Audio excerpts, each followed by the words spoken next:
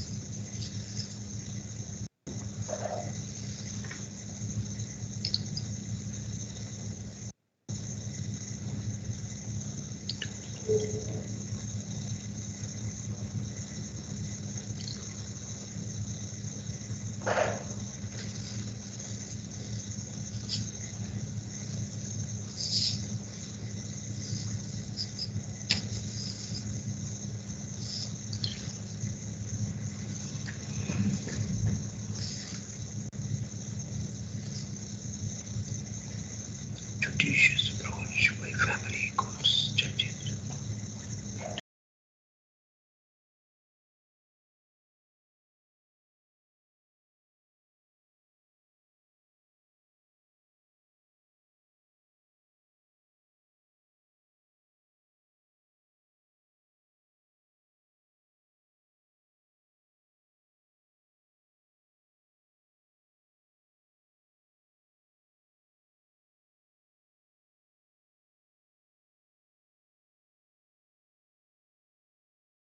Session.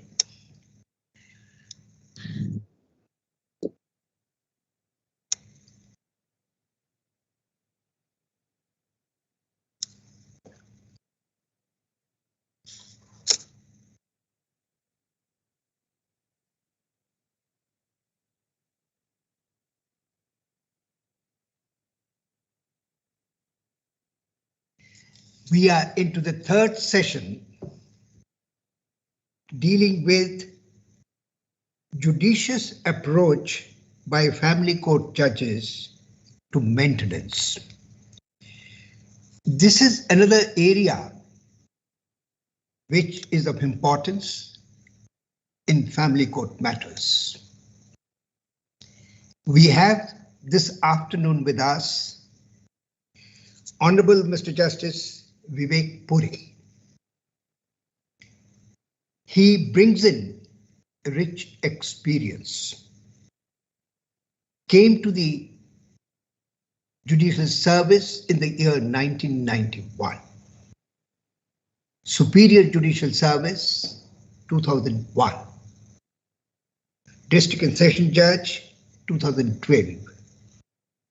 And was elevated in November 2021. What rich experience. We are going to be benefited. In fact, this is a unique couple. Both Justice Vivek Puri and Justice Archana Puri, if I take the liberty in this context. They both came to the judicial service in the year 1991 and were elevated together in November 1991. That's the beauty of happy couple as such, because the purpose of or the challenge of the family courts is to build up happy homes, happy families, and happy children. And therefore, we have a living example with us in this context. Our resource person for this particular session is Mr. Hemraj Mittal. with a good academic background. He has been additional district and session judge since the year 2019 and is presently the principal judge, Family Court, Fatehbad.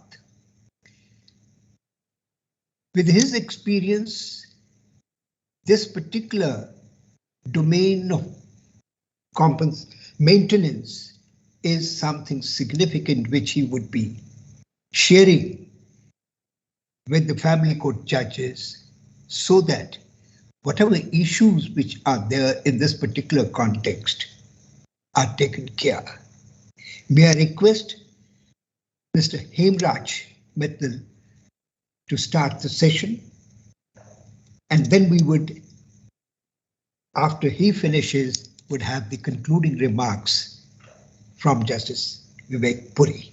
Over to Mr. Hemraj Mittal.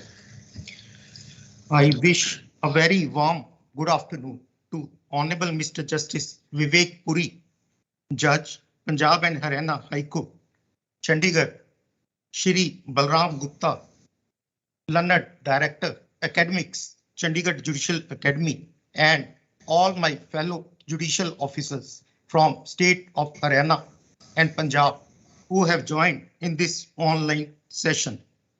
We are really grateful, and it is my proud privilege to express gratitude on the behalf of all the judicial officers to His Lordship, Honourable Mr. Justice Vivek Puri, who has taken out time from his busy schedule to guide us on one of the most important issues facing a family court judge daily in and out, that is maintenance. Before starting with the main topic, I'd like to give a brief introduction regarding maintenance.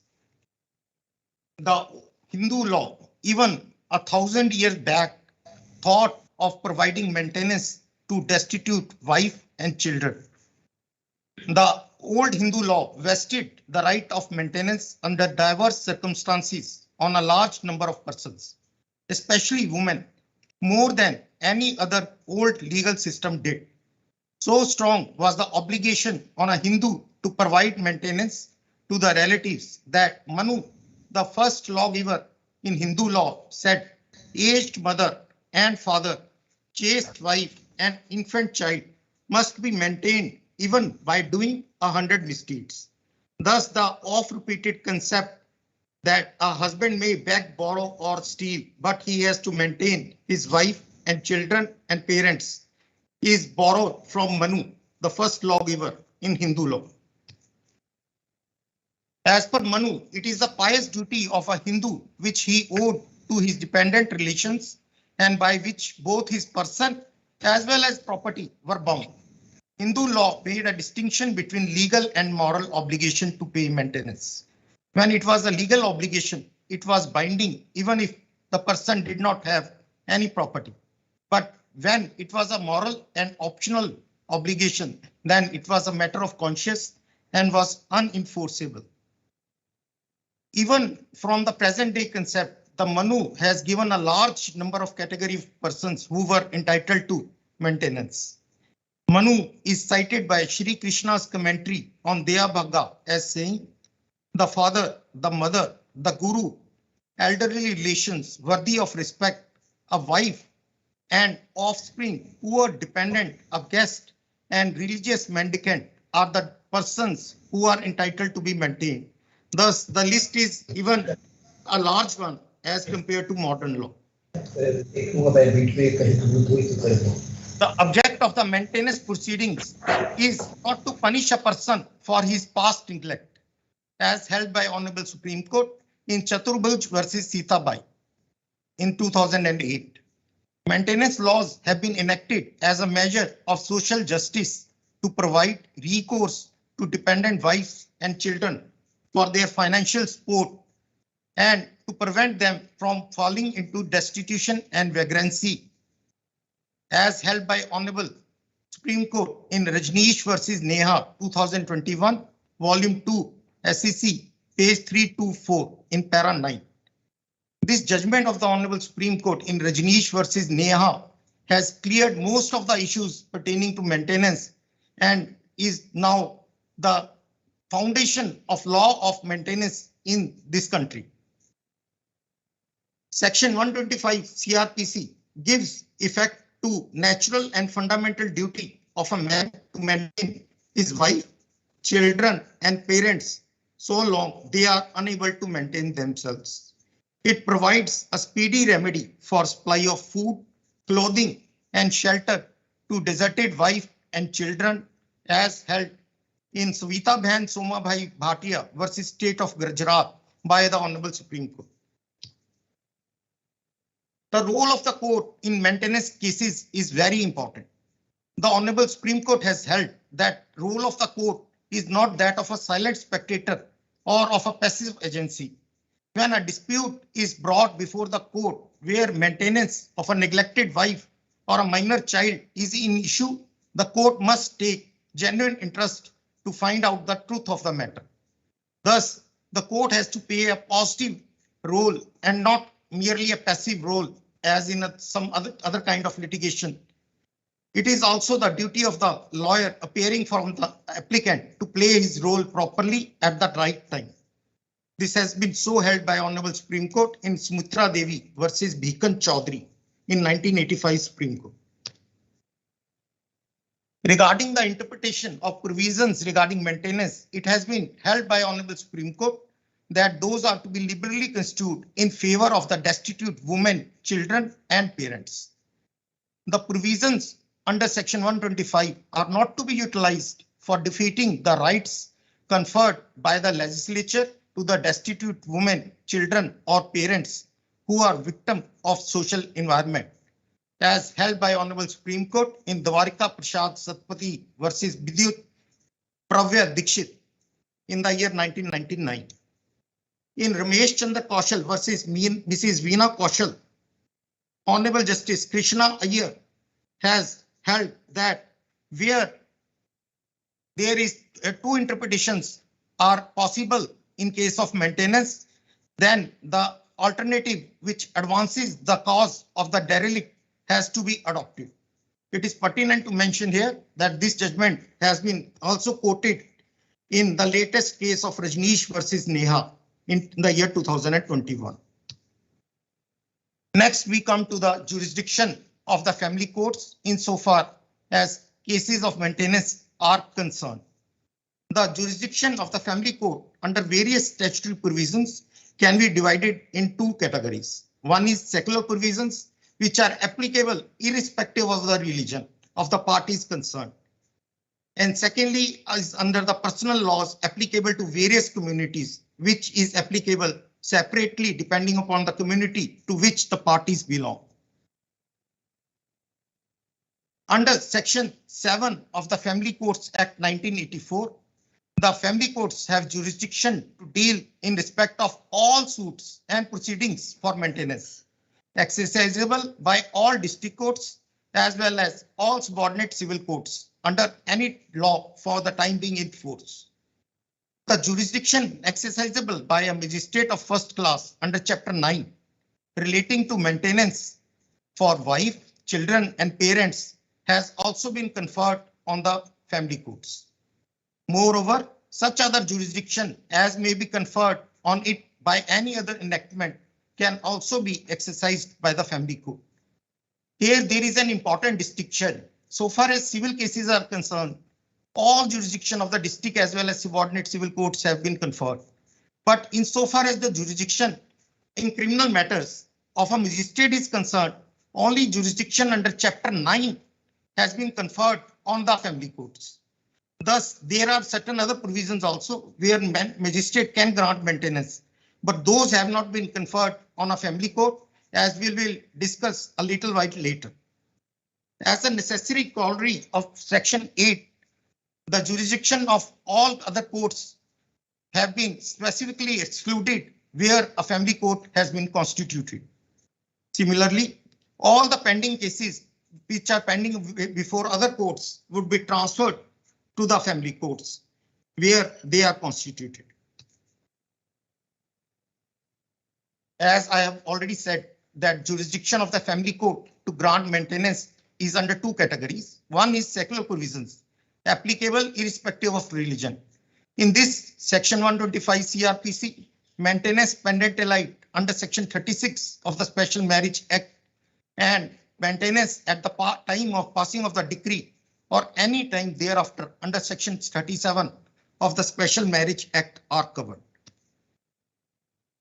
Moreover, the family courts also have jurisdiction under personal laws applicable to various communities, and it will depend upon the community to which a person will belong in the exercise of this jurisdiction. The most important provisions covered under this category are maintenance pendent allied under section 24 of Hindu Marriage Act, maintenance at the time of passing final decree, also called permanent alimony, under section 25 of the Hindu Marriage Act, maintenance under Hindu Adoption and Maintenance Act 1956, maintenance and permanent alimony under section 37 of Indian Divorce Act 1869, which is a personal law governing the Christians. Similarly, maintenance and permanent alimony under section 9 and 30, section 39 and 40 of Parsi Marriage and Divorce Act 1936, which is a personal law governing the Parsis. Maintenance under personal law of the Muslims also fall in this category. The family courts do not have any jurisdiction to grant maintenance under Protection of Women from Domestic Violence Act 2005. Since the Family Courts Act was constituted prior to the coming in force of the Domestic Violence Act in the year 2005, no such provision was made in the Family Courts Act. But there is no such provision in the Domestic Violence Act also. Thus, the Family Court cannot entertain an application under section 12 of the Domestic Violence Act. However, indirectly under section 26 of the Domestic Violence Act, power has been granted to the family courts to grant relief under section 18 to 22 of the said Act, provided some other proceeding is pending between the parties before the family court in any such proceedings. This is very important, that even if we have a case under section 125 CRPC or under the Hindu Marriage Act, as per the provisions of section 26 of the Domestic Violence Act, we can also, in addition to the relief under the provisions of the applicable section 125 CRPC or Hindu Marriage Act, can grant relief under section 18 to 22 of Domestic Violence Act also. But if a person institutes a separate petition under section 12 of the Domestic Violence Act, the same is not maintainable. The relevant law in this regard has been laid by the Honourable Supreme Court in Abdul Majid Khan Patni versus Atif Iqbal Missouri 2014 Supreme Court. There are certain other provisions also where the family courts do not have jurisdiction to grant maintenance, and only the concerned authority or magistrate or court which has been granted jurisdiction can grant maintenance. For instance, under Muslim Women Protection of Right on Marriage Act 2019, which deals with banning of triple talaq, the family court do not have jurisdiction to grant maintenance, which is called subsistence allowance under section 5 of the said act, and only magistrates are entitled to grant maintenance to divorced Muslim wife and her dependent children covered under the provisions of the said act. Similarly, in Maintenance and Welfare of Parents and Senior Citizens Act 2007, the family courts do not have any jurisdiction to grant maintenance. Section 4 of the aforesaid act provides for maintenance tribunals, which alone are entitled to grant maintenance to parents and senior citizens covered under the provisions of the said act. Now we come to the territorial jurisdiction in maintenance cases. In so far as section 125 CRPC is concerned, under section 126 CRPC, proceedings under section 125 CRPC may be taken up against any person in any district where the respondent is, or where the respondent resides, or the petitioner wife resides, or they last resided together. Thus, a very wide jurisdiction has been granted. The expression reside implies something more than a brief visit, but not such continuity so as to amount to domicile. The remedy is a summary one, and the person seeking remedy is ordinarily a helpless citizen. So the words should be liberally construed without doing any violence to the language as held by Honourable Supreme Court in Jagir Kaur versus Jaswant Singh. The jurisdiction under Hindu Marriage Act would be governed by the provision applicable to the main petition, that is section 19 of the Hindu Marriage Act 1955, which again confers a very wide jurisdiction in this regard. The provision under Special Marriage Act 1954 again would be governed by the jurisdiction in the main petition, which is section 31 of the Special Marriage Act 1954, which is exactly paramateria to the section 19 of Hindu Marriage Act 1955. In all these cases, a very wide jurisdiction has been conferred, and petition can be filed where the marriage was solemnized, the respondent at the time of presentation of the petition resides, the parties to the marriage last resided together, where the wife, if she is a petitioner, is residing on the date of presentation of petition. It is important to note that whereas the husband has not been granted this right that he can file a petition where he is residing on the date of presentation of the petition, but such a right has been conferred on the wife. If she is a petitioner, she can file. So far as territorial jurisdiction under Hindu Adoption and Maintenance Act 1956 is concerned, there is no specific provision regarding territorial jurisdiction in Hindu Adoption and Maintenance Act 1956. In absence of a specific provision in the Act itself, the question of jurisdiction of civil court, where the plaintiff is required to institute proceedings for maintenance, can be determined only with reference to Code of Civil Procedure. The maintenance proceedings in such cases can be initiated under section 20 of Code of Civil Procedure, where the defendant resides or carries on business or personally works for gain, and where the cause of action wholly or partly arises. The same has been held by Honourable Andhra Pradesh High Court in U Shri versus U Shri Nivas 2005. Next important issue is issue of overlapping jurisdiction. Same person can claim maintenance under different enactments. Thus, a Hindu wife can claim maintenance under section 125 CRPC, also under Domestic Violence Act also, and under section 24 and 25 of Hindu Marriage Act also. Invariably, we find that applicant or petitioner has filed or availed all or more than two or more than two remedies at the same time. In this regard, so far as section 125 and section 18 of Hindu Adoption and Maintenance Act is concerned, the Honourable Supreme Court in Nanak Chand versus Chandra Kishore Agarwal has held that there is no inconsistency between CRPC and Hindu Adoption and Maintenance Act. Section 4B of Hindu Adoption and Maintenance Act would not repeal or affect the provisions of CRPC. Both can stand together. The scope of two laws is different.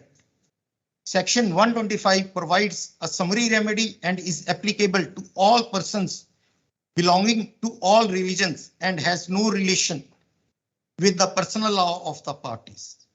An order passed under section 125 CRPC by way of compromise or otherwise cannot foreclose the remedy available to the wife under section 18 subclause 2 of Hindu Adoption and Maintenance Act as held by the Honourable Supreme Court in Nagrendrappa Natikar versus Nilama 2013 Supreme Court page 1541. So far as the issue of maintenance under section 125 CRPC and under section 24 of the Hindu Marriage Act 1955 is concerned, It has been held by the Honourable Supreme Court in Sudeep Chaudhary versus Radha Chaudhary that despite of award of maintenance under Section 125 CRPC, the wife is competent to maintain the proceedings under Section 24 of the Hindu Marriage Act 1954 also.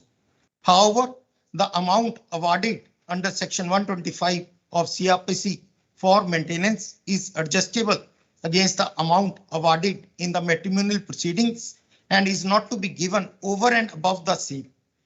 I will like to mention here that the same is the position in view of the latest judgment in Rajneesh versus Neha, which I have already cited, which lays almost covers all the field in this regard.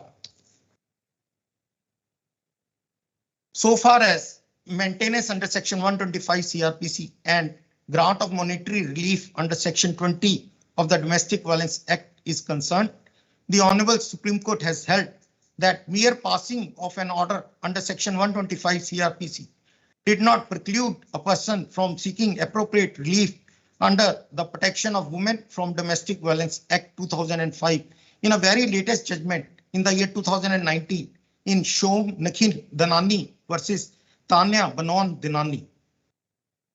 It arose from a case from Delhi High Court and has been the judgment of the Honourable Delhi High Court has been upheld by the Honourable Supreme Court, in which it was held that Section 20 subclause 1 subclause D of the Domestic Violence Act clearly provides that in proceedings under Domestic Violence Act, the magistrate may direct the respondent to pay maintenance to the aggrieved person as well as her children, if any, including an order under or in addition to an order of maintenance under Section 125 CRPC or any other law for the time being in force, which clearly shows that an order under Section 20 of Domestic Violence Act is not restricted by an order under Section 125 CRPC. So far as issue is whether dismissal of a petition under Section 12 of the Domestic Violence Act debars the proceedings under Section 125 CRPC, our Honourable High Court in Satpal versus Sheila in the year 2016 has held that mere dismissal of an application under Section 12 of the Domestic Violence Act does not debar the proceedings under Section 125 CRPC, as Section 26 subclause 2 of the Domestic Violence Act provides that any relief available under the provisions of the said act may be sought for by any aggrieved person in addition to or along with any other relief that the aggrieved person may seek in any legal proceedings before civil or criminal court. Dismissal of the application under Section 20 of the Act will not in any manner prejudice the right of the wife to seek relief under Section 125 CRPC. Similarly, it has been held by our Honourable High Court in Punjab Pankaj Kumar versus Reena, Criminal Revision number 53 of 2015, decided in the year 2018, that only because the respondent has been acquitted under Section 498A IPC is no ground to deny maintenance to the legally wedded wife and the child. In Rakesh Malhotra versus Krishna Malhotra, however, an exception has been called for. It has been held that once permanent alimony is granted under Section 25 of Hindu Marriage Act 1955, then instead of application under Section 125 CRPC, the proper application is under Section 25 subclause 2 of the Hindu Marriage Act only. So this calls exception to the general rule. Up till now, we have seen that under different provisions, application can be filed. But once a permanent alimony has been granted under Section 25, then the applicant is not entitled to file an application under Section 125 CRPC, but she can only go under Section 25 subclause 2 of the Hindu Marriage Act for enhancement of the permanent alimony or monthly maintenance already granted under Section 25. The Honourable Supreme Court has held in this regard, and I quote, that one can understand the situation where considering the exigencies of the situation and urgency in the matter, a wife initially prefers an application under Section 125 of the Code to secure maintenance in order to sustain herself. In such matters, the wife would certainly be entitled to have a full-fledged adjudication in the form of any challenge raised before a competent court, either under the Act or under similar enactments. But the reverse cannot be the norm. So a wife who has claimed maintenance under Section 125 can of course go under Section 25 for permanent alimony. But once the wife has obtained permanent alimony under Section 25, then she cannot file a petition under Section 125 CRPC for maintenance. The only recourse open to her is to go in the said case only for enhancement of the maintenance. Now, a very important issue has arisen before the Calcutta High Court regarding maintenance under Section 125 CRPC after divorce by mutual consent under Section 13B of the Hindu Marriage Act 1955 has been granted and payment of lump sum alimony has been made. In the very latest case of Prasajit Mukherjee versus State of Bengal, West Bengal, Criminal Revision number 1256 of 2017 decided on 2nd of September 2021, the single bench of Calcutta High Court has referred to the larger bench this issue as to whether the wife can still file a petition under Section 125 CRPC for maintenance after her marriage has been dissolved by mutual consent and she has also received a permanent alimony. And under different circumstances, the Honourable High Court has framed reference and given 3 circumstances where whether the wife can claim alimony, after claiming alimony can claim maintenance. The first is where a fresh case, entirely a fresh case under Section 125 CRPC is filed. The second is case under Section 125 CRPC is pending, but the civil court has dissolved the marriage by decree of divorce, and there was no information before the civil court regarding pendency of the proceeding under Section 125 CRPC. The third case is where the under Section 125 CRPC and under section and proceedings under Section 13B of the Hindu Marriage Act, which has already been decided, are in different subdivisions or different districts or different states. The latest position as per the law laid down by Honourable Supreme Court in Rajneesh versus Neha, now we will discuss. It has been held by the Honourable Supreme Court in the latest case that it is inequitable to direct the husband to pay maintenance under each of the proceedings, independent of the relief granted in the previous proceedings. Thus, in a second proceeding, independent of the relief which was earlier granted, maintenance cannot be awarded. The Honourable Supreme Court has laid the following directions to overcome the issue of overlapping jurisdiction and avoiding conflicting orders in para 131 to all the family courts, district courts and magistrate courts throughout the country. The first is where successive claims for maintenance are made by a party under different statutes, the court would consider an adjustment or set off of the amount awarded in the previous proceedings, while determining whether any further amount is to be awarded in the subsequent proceeding. Secondly, it is mandatory for the applicant to disclose the previous proceedings and orders passed therein in the subsequent proceedings. Thirdly, if the order passed in the previous proceeding requires any modification or verification, it is required to be done in the same proceedings only. Thus, any modification of the previous order cannot be made in a subsequent proceeding, as per the Honourable Supreme Court.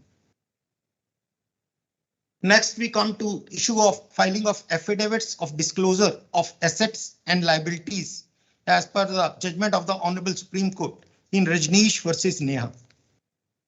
In view of the judgment of the Honourable Supreme Court in Rajneesh versus Neha, both the parties are mandatorily required to file affidavits of disclosure of assets and liabilities as per the pro forma given in the said judgment. The aforesaid affidavits are required to be taken into consideration by the court while deciding maintenance, both at interim and final stage. The Honourable Supreme Court has provided three kinds of performers. The first performer deals with affidavit regarding non-agrarian deponents. That is, a person who does not have agricultural land, who lives in a city and has no connection with agriculture. Second affidavit deals with agrarian dependents, Krishi. That is a person who is having agricultural land and lives in a village. The third kind of affidavit is for state of Meghalaya, which is not relevant for our purpose. Thus, depending upon whether the parties are involved in agriculture or not, affidavit as per enclosure 1 and 2 are required to be filed. Before the said judgment, even our Honourable High Court in Jaspreet Singh versus Gurleen Kaur in the year 2020 and Honourable Delhi High Court even earlier has prescribed similar affidavits. But now, since the judgment of the Honourable Supreme Court has come, it will prevail and the performer is to be as per the judgment of the Honourable Supreme Court. The affidavits regarding disclosure of assets and liabilities are mandatory as per the Honourable Supreme Court judgment, as discussed earlier also, but the same can be exempted only under three categories of persons. Firstly, casual laborers or persons belonging to economically weaker sections of society or those living below poverty line. Only in the aforesaid condition, the affidavit can be dispensed with as per para 81, clause I of the judgment of the Honourable Supreme Court. Probably in these cases, the affidavit has been exempted because since that person does not have any property, so it would be useless to call for an affidavit. But only in these cases, affidavit can be exempted. Otherwise, it is mandatory for each party and the court has to enforce filing of the affidavit in each and every case, whether it is a pending case, which is already pending on the date of coming of the in force of the judgment, or a case filed subsequently. In all cases, whether it is under section 125 CRPC, Hindu Marriage Act, Hindu Adoption and Maintenance Act, wherever maintenance has to be determined, the parties are required to file affidavits regarding disclosure of assets and liabilities. Then certain guidelines have been given by the Honourable Supreme Court, which we will be giving a write-up. So I am not going in detail because of paucity of time. Now is the question of consequences of non-filing of affidavit of disclosure of assets and liabilities. The Honourable Supreme Court in this regard has held that the respondent must submit the reply along with the affidavit of disclosure within a maximum period of 4 weeks. The court may not grant more than 2 opportunities for submission of the affidavit to the respondent. If the respondent delays in the filing of reply with the affidavit and seeks more than 2 adjournments for this purpose, the court may consider exercising the power to strike off the defense of the respondent if the conduct is found to be willful and contemptuous in delaying the proceedings. On failure to file affidavit within the prescribed time, the family court may proceed to decide the application for maintenance on the basis of affidavit already filed by the applicant and the pleadings on record.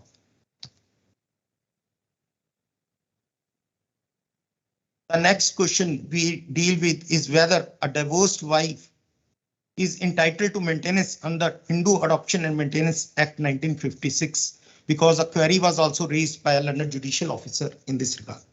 So the law in this regard is now well settled that though divorced wife is not entitled to maintenance under section 18 of the Hindu Adoption and Maintenance Act. Section 18 of the Hindu Adoption and Maintenance Act provides that a Hindu wife shall be entitled to be maintained by her husband during her lifetime. Once the divorce has been granted, petition under section 18 could not be maintained. We are confusing this concept with the concept of divorced wife getting a maintenance under section 125 CRPC.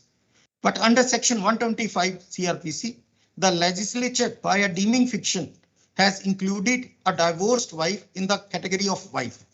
Therefore, she is also entitled to maintenance, even though she is not a legally wife and she has already been divorced and the matrimonial relation has come to an end.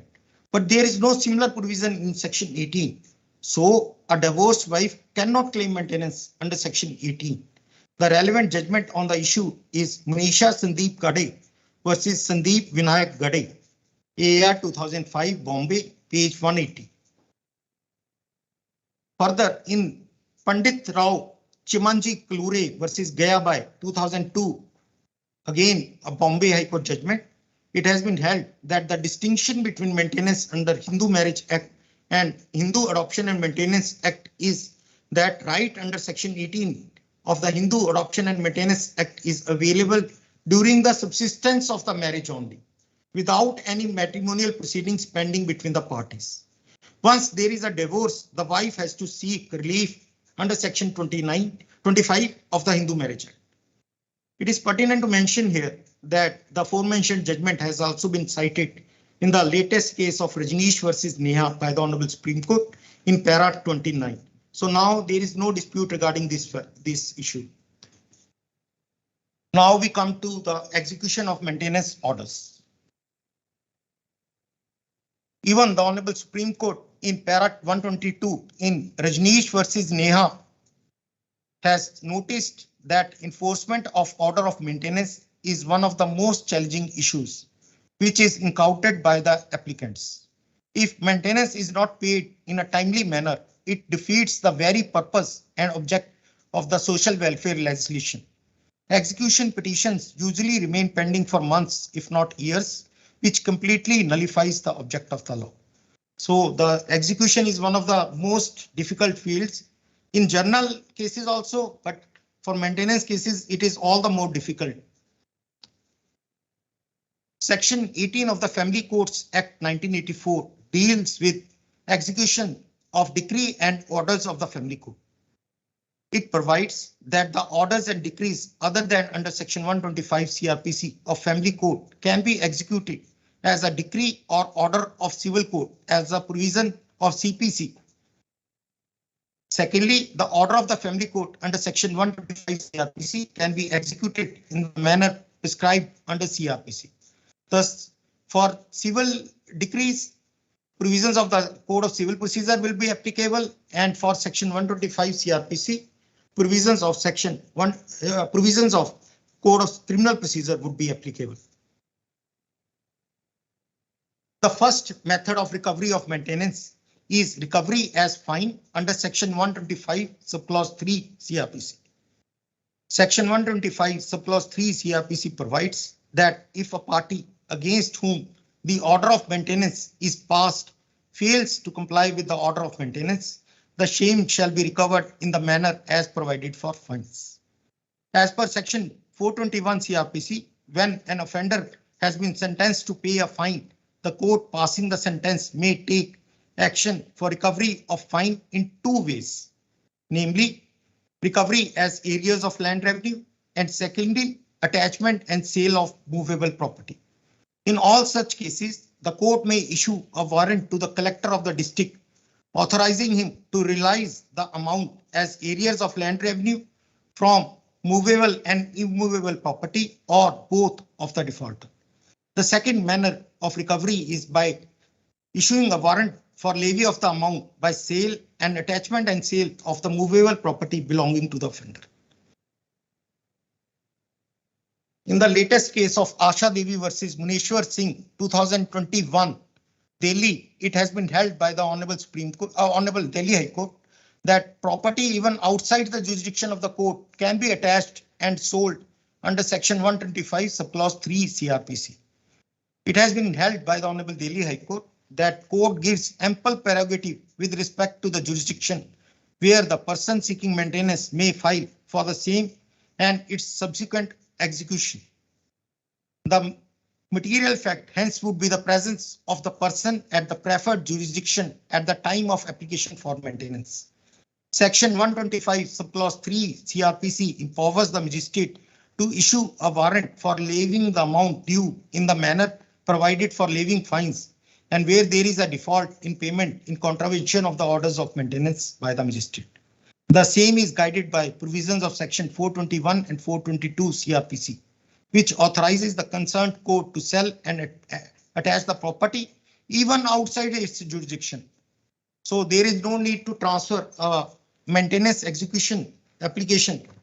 Even if the property is situated outside the jurisdiction of the court, still it can be attached.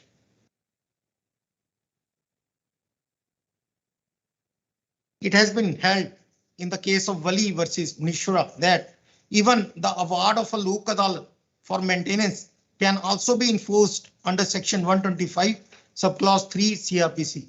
The normal rule is that award of lok adalat is to be enforced as a decree of the civil court.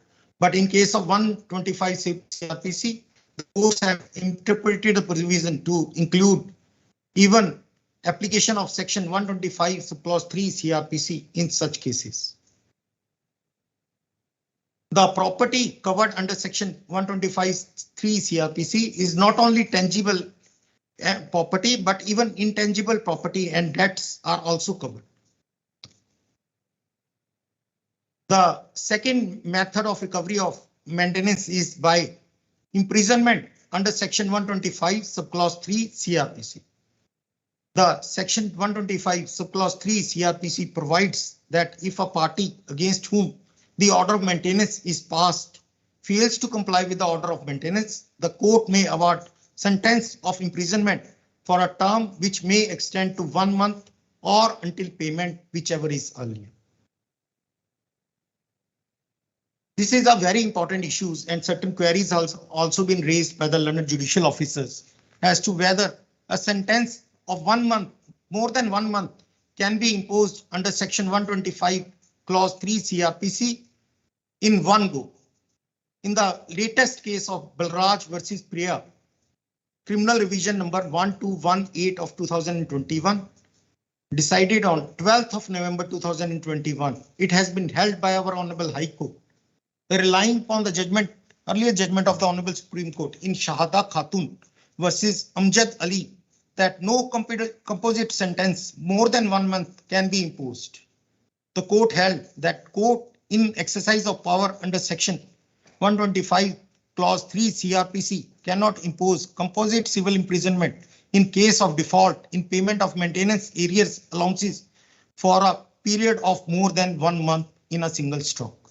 If at all the default persists even after the expiry of 1 month, the only remedy available to the aggrieved party would be to approach the magistrate concerned again after the expiry of 1 month for enforcing her maintenance by sending the delinquent husband to civil imprisonment. Thus, at one time, at one go, only a sentence of 1 month can be imposed. The relevant observations of the Honourable High Court I have already reproduced here, and I will read the important observation, which is that what flows from the Shahada Khatun's case is that the defaulter can under no circumstance be ordered to undergo composite civil imprisonment for a period beyond 1 month, irrespective of the fact whether the areas claimed in a single application by the agreed party is more than 1 month or not. I will here deal with the certain queries raised by the learned judicial officers, which is on this topic only. So I will try and answer that. The first query is, in cases of civil imprisonment of husband, what is the maximum time for which he can be detained? So as I have already answered, he can be detained for only maximum period of 1 month in one go. Though subsequently, if the husband fails to pay arrears, he can again be sent to the civil imprisonment. Secondly, the merely imprisonment does not wipe out the arrears in such cases, as we will discuss a little while later. The second question is, can a husband be detained for arrears of maintenance for a period of 1 year in continuity while finally disposing of Domestic Violence Act application? The query raised is regarding Domestic Violence Act and not regarding section 125 subclause 3 CRPC. Under section 125 subclause 3 CRPC, we cannot impose a sentence for more than 1 month, but a magistrate under Domestic Violence Act under section 31 is authorized to impose an imprisonment of 1 year and fine. So definitely in case of Domestic Violence Act, he can be sent to imprisonment for 1 year in a continuity. The third question raised by the learned judicial officers is, there is an execution petition under section 125 CRPC where the judgment debtor is behind bars in some other case. the decree holder wife wants to get the property attached standing in the name of judgment debtor's father, asserting that it is an ancestral property. How to proceed? So the question raised is that whether the ancestral property of the husband can be attached in execution proceedings under section 125 CRPC. I have searched the law on the subject and I have got a judgment of our Honourable High Court in Harjeet Singh versus Manjeet Kaur, decided in the year 2004. In the said case, which pertains to Motor Accident Claims Tribunal, though the provision is regarding Motor Accident Claim Tribunal, however, the question of law and answer would be applicable in the cases of maintenance cases also. Though our Honourable High Court in the said case has categorically held that the undivided share of a co-partner can be sold and attached in execution of a decree. Still further, after the sale being effected, it would operate as division of estate and cause variance of interest. Thus, even an undivided share of the husband in ancestral property can be attached and sold in execution of a decree of maintenance. However, in such cases, from the date the property is sold, it would be amount to division of estate and cause variance of status as held by our Honourable High Court in the judgment of Harjeet Singh versus Manjeet Kaur. The next question raised by the learned judicial officer is, if the petitioner has filed her petition seeking maintenance under section 125 CRPC on 1st of January 2015 and the same was allowed on 1st of January 2017 for rupees 5,000 per month with effect from the date of filing, and when the maintenance amount remains unpaid, then she files the execution application on only in January 2020, claiming entire amount with effect from 1st of January 2015. In such a situation, whether the conditional warrant of arrest against the respondent can be issued for the entire unpaid amount or the same should be issued only for 1 year as mentioned in proviso attached to section 125 subclause 3 CRPC. So in this case, as per section 125 subclause 3 CRPC, since the limitation is of 1 year, only conditional warrant for 1 year can be issued in such an application. However, even if the person does not pay arrears of 1 year, he cannot be sentenced for more than 1 month in one go. The only sentence which can be passed in such cases at one go is only for 1 month. Though the mere imprisonment of the husband will not wipe out the arrears and the wife can still claim the arrears and she can come again in case of a default. But at one stretch, he cannot be sent to imprisonment for more than 1 month. The judgment of the Honourable Supreme Court in Shahada Khatun versus Amjad Ali 1999 is to same effect, which has been relied by our Honourable High Court in the latest case in the year 2021. Our Honourable High Court in the case of Vishal versus Bunni Devi in the year 2017 has held that court must exercise discretion while deciding maximum penalty under section 125 subclause 3 CRPC. Thus, the court has to exercise discretion whether 1 month a person has to be sent for imprisonment for 1 month or even a lesser period. The relevant observations of the Honourable High Court reads, the court has to exercise its discretion in each and every case and decide the maximum penalty which should be imposed. Whether a lesser punishment is sufficient, a month's imprisonment for every default is not the rule, and sentencing cannot be mechanical. The court has to apply its mind, consider the circumstances of each case, and decide about the quantum of punishment, having due regard to the statutory maximum limit of 1 month for each default. Thus far, in this judgment also, the Honourable High Court has held that the maximum punishment is for 1 month only for each default and cannot be more than that. To summarize, all these issues which are very important. The defaulter cannot be sent to civil imprisonment for more than 1 month at a stretch. After the expiry of imprisonment of 1 month, the defaulter has to be released from custody forthwith. However, the wife is at liberty to file fresh application alleging non-compliance of the order if the payment is not paid. The mere fact that the husband has undergone civil imprisonment does not wipe out the areas of maintenance, and the wife can recover the same. Under no circumstances, a husband can be ordered to undergo composite civil imprisonment for a period beyond 1 month, irrespective of the fact that areas claimed in a single application by the aggrieved person may be more than 1 month. It has been held in the Irshad Haji Risal versus State of Uttar Pradesh that before issuing recovery warrant against the husband, the objections of the husband has to be decided. Issuance of recovery warrant against the husband without first deciding his objections under section 125 CRPC is improper. It is the duty of the court to first decide objections filed by the husband before resorting to section 125 subclause 3. The magistrate has to make sure that the person against whom it is proceeding is one who was ordered to pay maintenance or interim maintenance and he failed to comply with the order, and that such failure is without any sufficient cause. The same applies to the case of family courts also. The imprisonment under section 125(3) CPC can only be simple imprisonment, and there cannot be a rigorous imprisonment under section 125 subclause 3 CRPC. This is very important. The imprisonment of a husband under section 125 subclause 3 CRPC does not discharge the liability.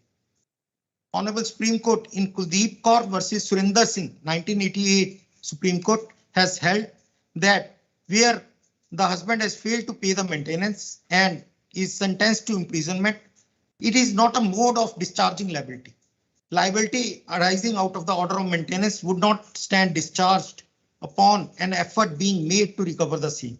Order of monthly allowance can be discharged only upon monthly allowance being recovered. Liability cannot be said to have been discharged upon sending the person liable to jail. Husband is not absolved of his liability to pay maintenance allowance by reason of his undergoing sentence of jail. The amount is still recoverable notwithstanding that husband has remained in jail. So the limitation is concerned, I have already discussed, it is 1 year from the date of order under subsection 3 of section 125 CRPC for issuing warrant of imprisonment. However, if one application for recovery is pending, application for subsequent period can be filed in the same proceedings, and such an application is not barred by limitation. It so happens that wife files an application for recovery of say 6 months period, but that application remains pending for say 2 years. Then in such a case, she can file a subsequent application in the same proceedings, and the husband cannot take a plea that since the period of 1 year has already elapsed before filing the application, it is barred by limitation. Our Honourable Supreme Court in Shanta versus BG Shivanagappa in the year 2005 has held so. It has been held that liability to pay maintenance under section 125 CRPC is in the nature of continuing liability. If one application for recovery is pending, the application for subsequent period can be filed in the same proceedings and is not barred by limitation. Second exception is that the period during which order remained stayed is to be excluded while continuing period of 1 year under section 125(3) CRPC. Thus, the maintenance is decided by the court, but the husband goes in appeal in a higher court, and in such case, the order of maintenance remains stayed, then such period has to be excluded as held by the Honourable Supreme Court in Amrendra Kumar Paul versus Maya Paul. The third manner of recovery of maintenance is under section 128 CRPC. In this regard, it is very important to note that the limitation of 1 year under section 125(3) CRPC is not applicable in case of section 128 CRPC. It has been held by the Honourable Allahabad High Court in the latest case of Muhammad Usman versus State of UP, which has been decided on 31st of August 2021, that section 125(3) of the code would have to be applied and confined to section which it precedes. Hence, the limitation of 1 year provided in terms thereof would have to be read in relation to issuance of a warrant for recovery of an amount due in terms of order of maintenance passed under subsection 1 of section 125.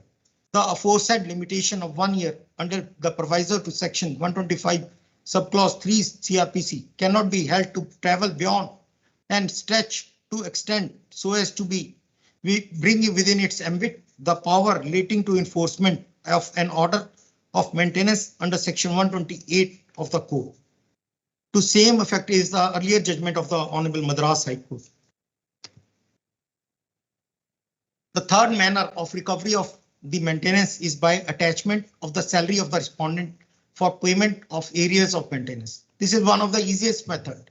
If the husband is working somewhere, the warrant for attachment of the salary can be issued and the employer deducts the amount and deposits in the court, which can be released to the wife. And this is one of the easiest method I've seen regarding recovery. And first method, if he is an employee, I adopt in my code. As per section 60 clause IA of CPC, only 1/3 of the salary in execution of any decree for maintenance is not liable for attachment, meaning thereby 2/3 of the salary can be attached in execution of a decree for maintenance. Thus, 2/3 of the salary of the husband can be attached in an execution for decree of maintenance, whereas in other cases it is 1/3. 1/3 of the salary. So a wider amplitude has been provided for maintenance cases by the legislature under clause I and clause IA. Still further, other conditions like exemption of first 1,000 rupees and exemption from attachment after 24 months and other such conditions in clause I are not applicable in case of maintenance. It has been held by our Honourable High Court in Madhav Kumar Anand versus Sudesh Kumar in the year 1984, way back in 1984, that attachment of salary even outside the jurisdiction of the court can also be made. We have discussed the judgment of the Delhi High Court in the year 2021. Our Honourable High Court in case of salary has held so in the year 1984 itself that a magistrate at Amritsar can issue warrant for attaching pay of husband at Jammu in case of default in payment of maintenance. However, so far as General Provident Fund of the husband is concerned, the same cannot be attached for non-payment of maintenance as held by our Honourable High Court in Sarvan Kumar versus Premlata in view of Section 3 of Provident Fund Act 1925. So in view of the said statutory protection, the General Provident Fund of the husband cannot be attached for recovery of maintenance amount. Now, so far as the recovery of areas of maintenance under Hindu Marriage Act and Special Marriage Act is concerned, the orders and decrees of maintenance can be enforced like a decree of civil code through the provisions which are available for enforcing a money decree, including civil detention, attachment of property as provided under various provisions of the CPC, more particularly Section 51, 55, 58, 60 and Order 21. The Section 28 of the Hindu Marriage Act and Section 39A of the Special Marriage Act, which are paramateria, provide for this. Under the Code of Civil Procedure, the order of maintenance can be executed by attachment and sale or by sale without attachment of any property subject to the conditions under Section 55 and 58 of CPC. Secondly, the order can be executed by attachment of salary, which we have already discussed, subject to Section 60 clause IA CPC, that 1/3 of the salary cannot be attached. And thirdly, by arrest and detention in prison, subject to conditions under Section 55 and 58 CPC. Here it is pertinent to mention that CPC provides certain restrictions and conditions under which a person can be sent to civil imprisonment. However, insofar as Section 125 Clause 3 CRPC is concerned, no such restrictions have been provided. So the scope of Section 125 Clause 3 CRPC is much wider than provision under the Code of Civil Procedure. The next method of recovery is by striking off the defense of the respondent.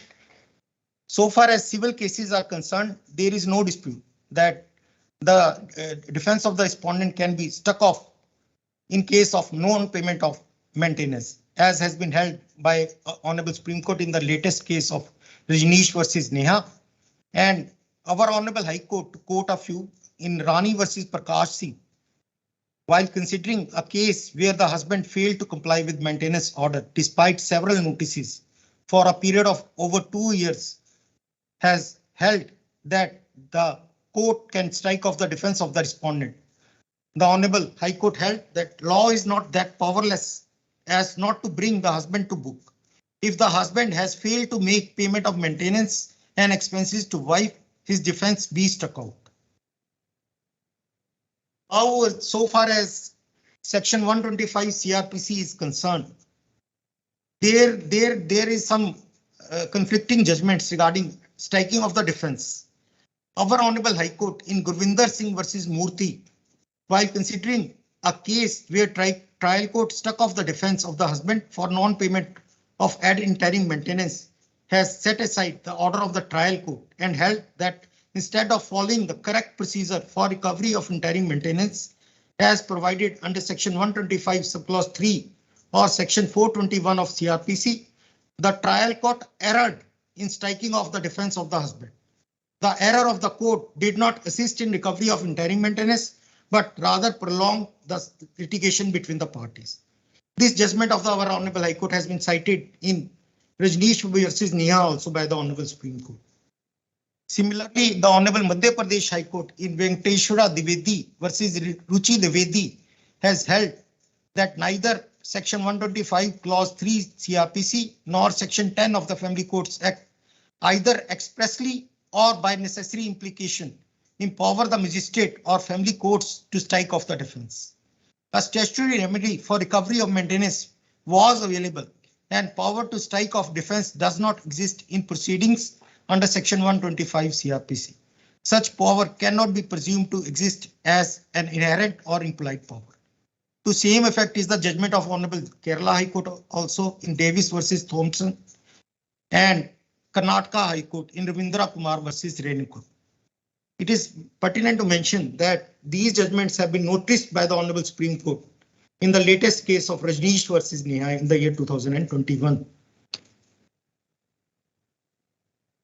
Honourable Supreme Court in Rajneesh versus Neha has held that striking out the defense of the respondent is an order which ought to be passed as a last resort if the courts find default to be willful and contemptuous, particularly to dependent, unemployed wife and minor children.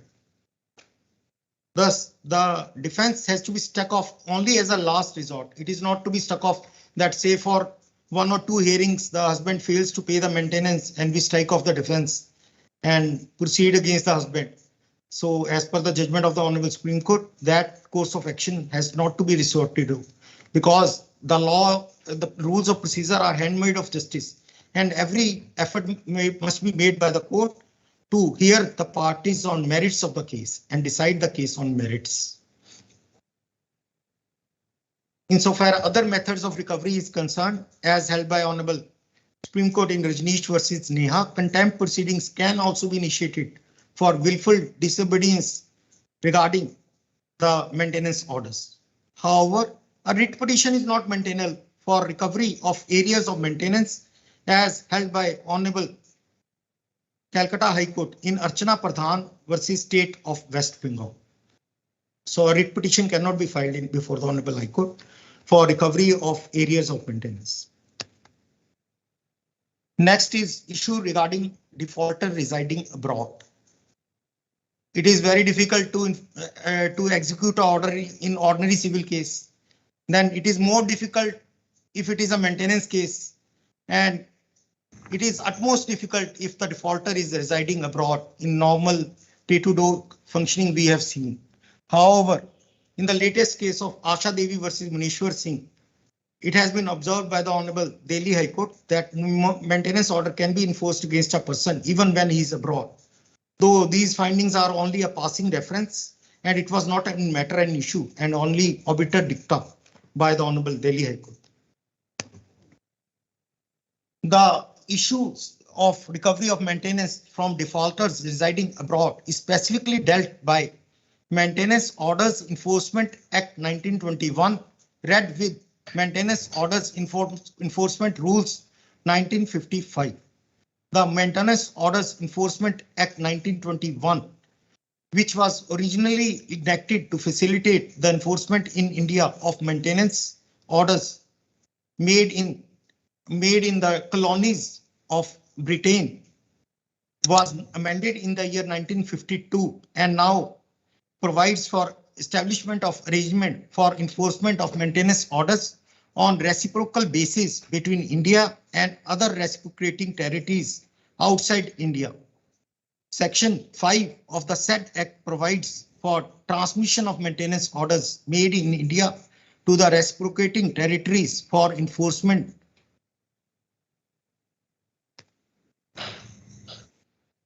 Then there are maintenance order enforcement rules of 1955, which have been framed under the Act of 1921, which defines reciprocating territory to mean any country or territory outside India in respect of which Act for the time being applies by virtue of a declaration under Section 3 of that Act. The Section 3 provides that if central government is satisfied that legal provision exists in any country or territory outside India for enforcement within that country or territory, then central government may by notification in official gazette declare the act to be applicable to such country or territory. The Punjab and Haryana High Court Rules and Orders, Volume 3, Chapter 7, Part B, deals with the aforesaid provision and provides for the list of countries mentioned in the aforesaid chapter. So we can refer to the provisions of the our High Court Rules and Orders, Volume 3, Chapter 7, Part B. So far as execution of conditional warrants is concerned, Ministry of Home Affairs is the nodal agency. Excuse me, Mr. Mittal, could you kindly now conclude the session, please? Please, I will. Ministry of Home Affairs is the nodal agency for seeking execution of conditional warrants. And there are mutual legal assistant treaty countries and non-mutual legal assistant treaty countries, in which summons and warrants can be enforced. And the procedure is prescribed on the site of the Ministry of Home Affairs, which I will be supplying a write-up which contains all the details.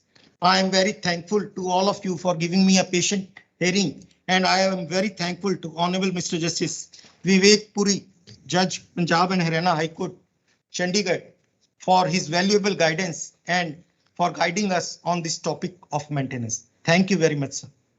Thank you, Mr. Mittal, so much. You have dealt with the entire subject in such depth, in detail, and cataloguing the different cases which have come up. Honourable Mr. Justice Puri has been waiting for a long time, and we are looking forward to hear him now. May I request Justice Puri to kindly enlighten us with your concluding remarks. Thank you, sir. First of all, I was not waiting since long. Sir, I was also a participant in this workshop, and in the bargain, I am also gainer in my knowledge. Thank you very much, Mr. Mittal. He has given a very exhaustive and elaborate presentation, so nothing much is left for me to say on the subject, but just to supplement and what he has said, and to begin with, I will say these workshops, they provide us an opportunity for introspection. All the judicial officers who are party to this event. I have a very, very long experience in this field, but it is an occasion to introspect as to whether what we are doing is correct. The law which we are applying is the prevalent law. Is there any scope for improvement or correction? Well, the history of family law can be traced from the codification of Hindu laws from 95, 55, 56 onwards. The law is not static. Change is the law of nature. New legislations, judicial pronouncements are introduced to meet with the changing requirements and the need of the society. The litigation is said to be an index of prosperity. If the people are aware of their right, they approach the courts of law for redressal of their grievances. Matrimonial and family disputes have multiplied many, many folds, and for that reason, even exclusive courts have been set up. The new legislations like Family Court Act, Protection of Women from Domestic Violence Act, even the amendments in Section 125 CRPC has to cater the need of the litigants. The courts which are seized of such matters, an onerous duty is cast upon them. The law of maintenance is a measure of social justice, and the courts are not to be a silent spectator as it has already been shared by Mr. Mittal. The courts have to play a very, very effective role.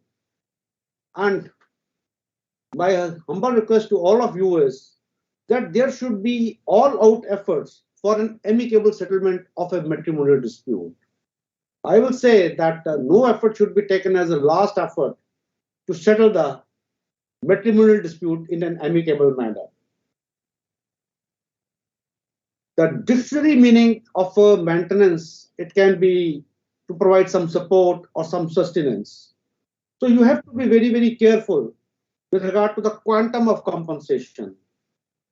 It is not to be too meager, it is not to be too excessive. It should not work as an engine of operation to the husband who has to pay the amount.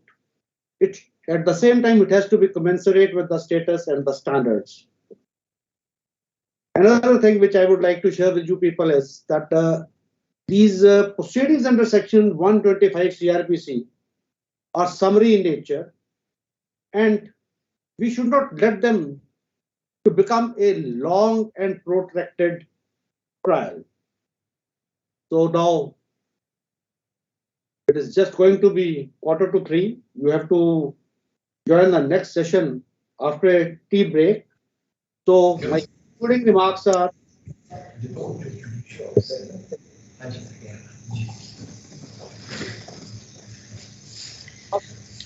hard work and on this was displayed in this presentation by sincere to Dr. Gupta, Chandigarh Judicial Academy. Thank you very much. Thank you so much, Justice Puri. We have taken a lot of your time, but as you put it, you were a participant also. So humble on your part as such. Thank you so much. I also thank Mr. Hemraj Mittal, who had worked hard and made this presentation. Thank you so much, Mr. Mittal. We look forward to meet again. Thank you.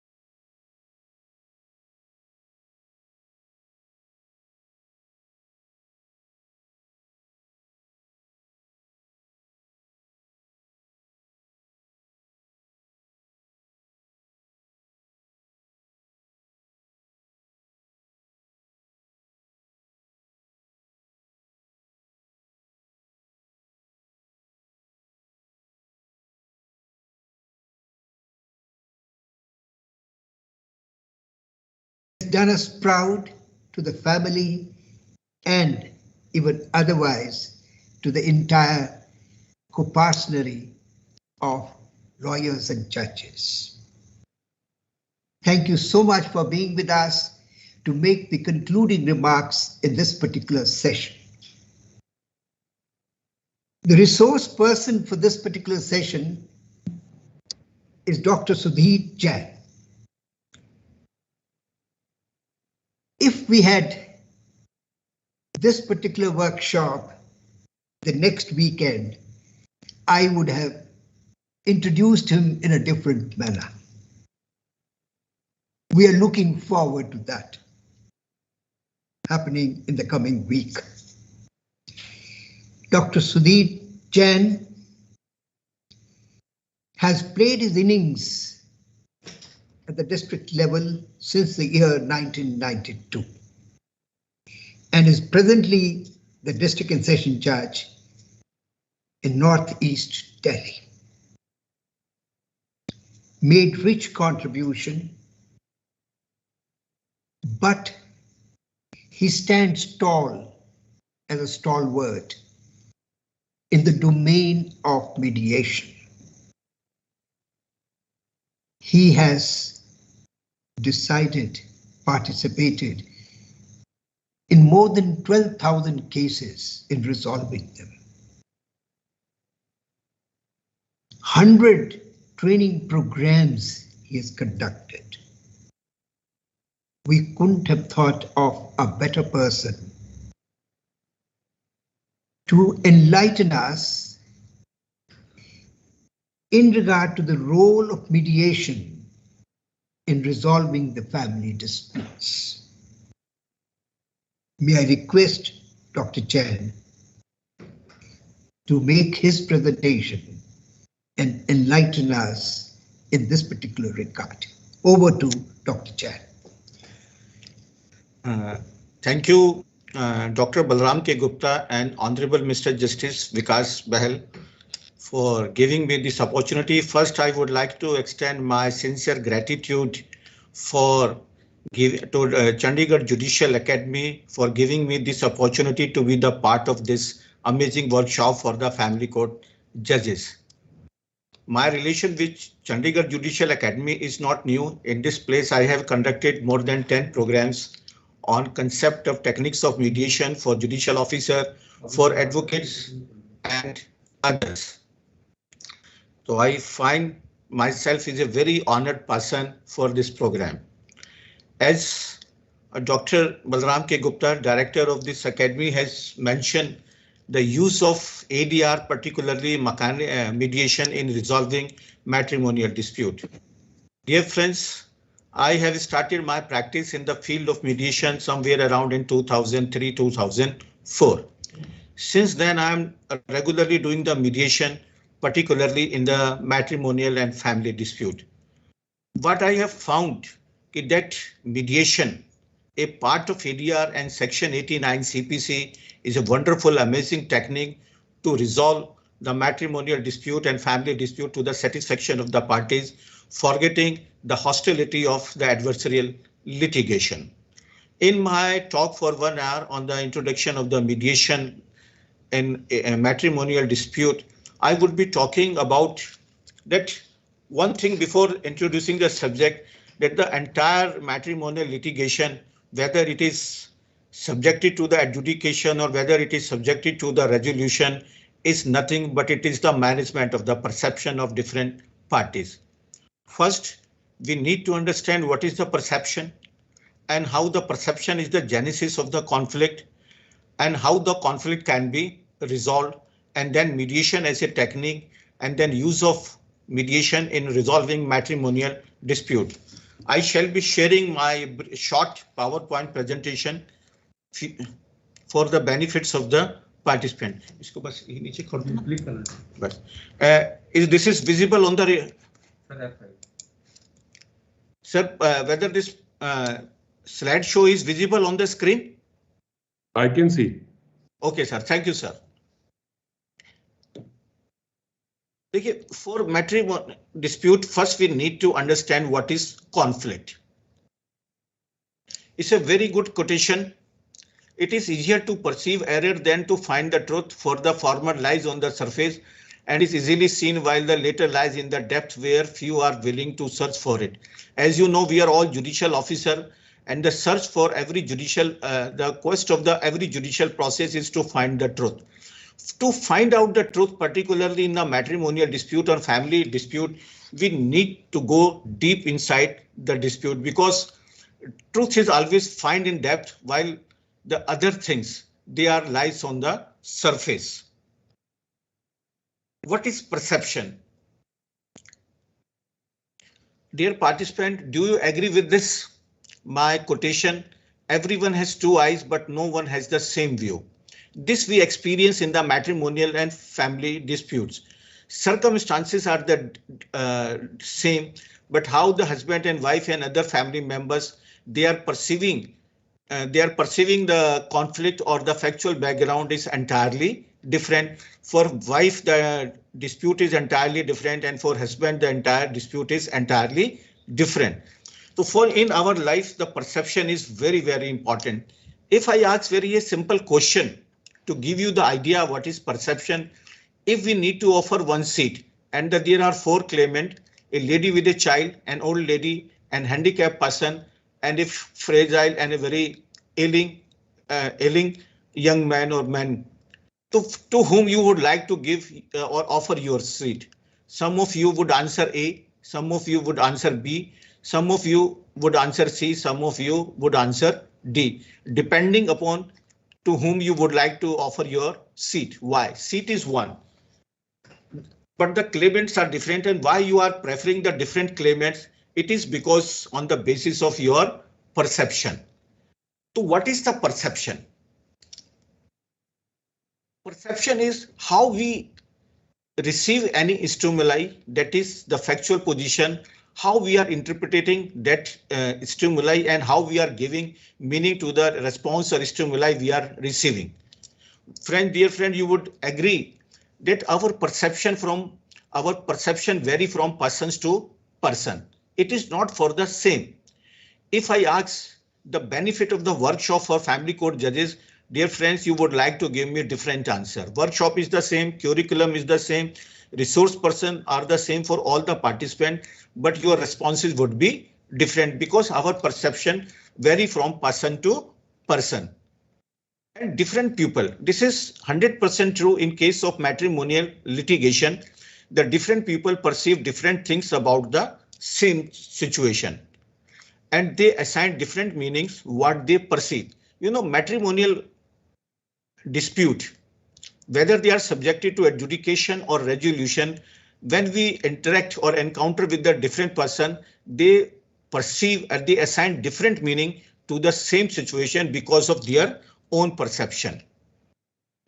So now, when we are dealing with the matrimonial litigation or family litigation or dispute, we need to understand the difference between perception and the reality, and the entire journey of any adjudicatory mechanism or resolutory mechanism is taking the parties from perception to reality, right? Our perceptions may be based on knowledge, needs, beliefs, values, assumption, and most important is our attitude. If you ask, there is some questions from you, you will be giving me the different answer. Suppose I ask, there is a dispute between father and son. Son is getting late every day to reach his educational place. He is asking from his father to purchase a motorbike, but his father is very much concerned about the safety of his son and what he considers that it is not safe to drive the motorbike on the road. So he is not ready to purchase a new motorbike for the son. If I ask very simple question, who is right, whether father is right or son is right? So answer would be the different. There cannot be answer that both father and son are right. Either father is right or son is right. It depends upon our perception. You know, entire matrimonial litigation, the matrimonial dispute are nothing but it is the perception management. Now, on the basis of perception, I mentioned everybody has a different perception. I would be justified in my words that in our society, the genesis, the origin of the conflict is our different perception.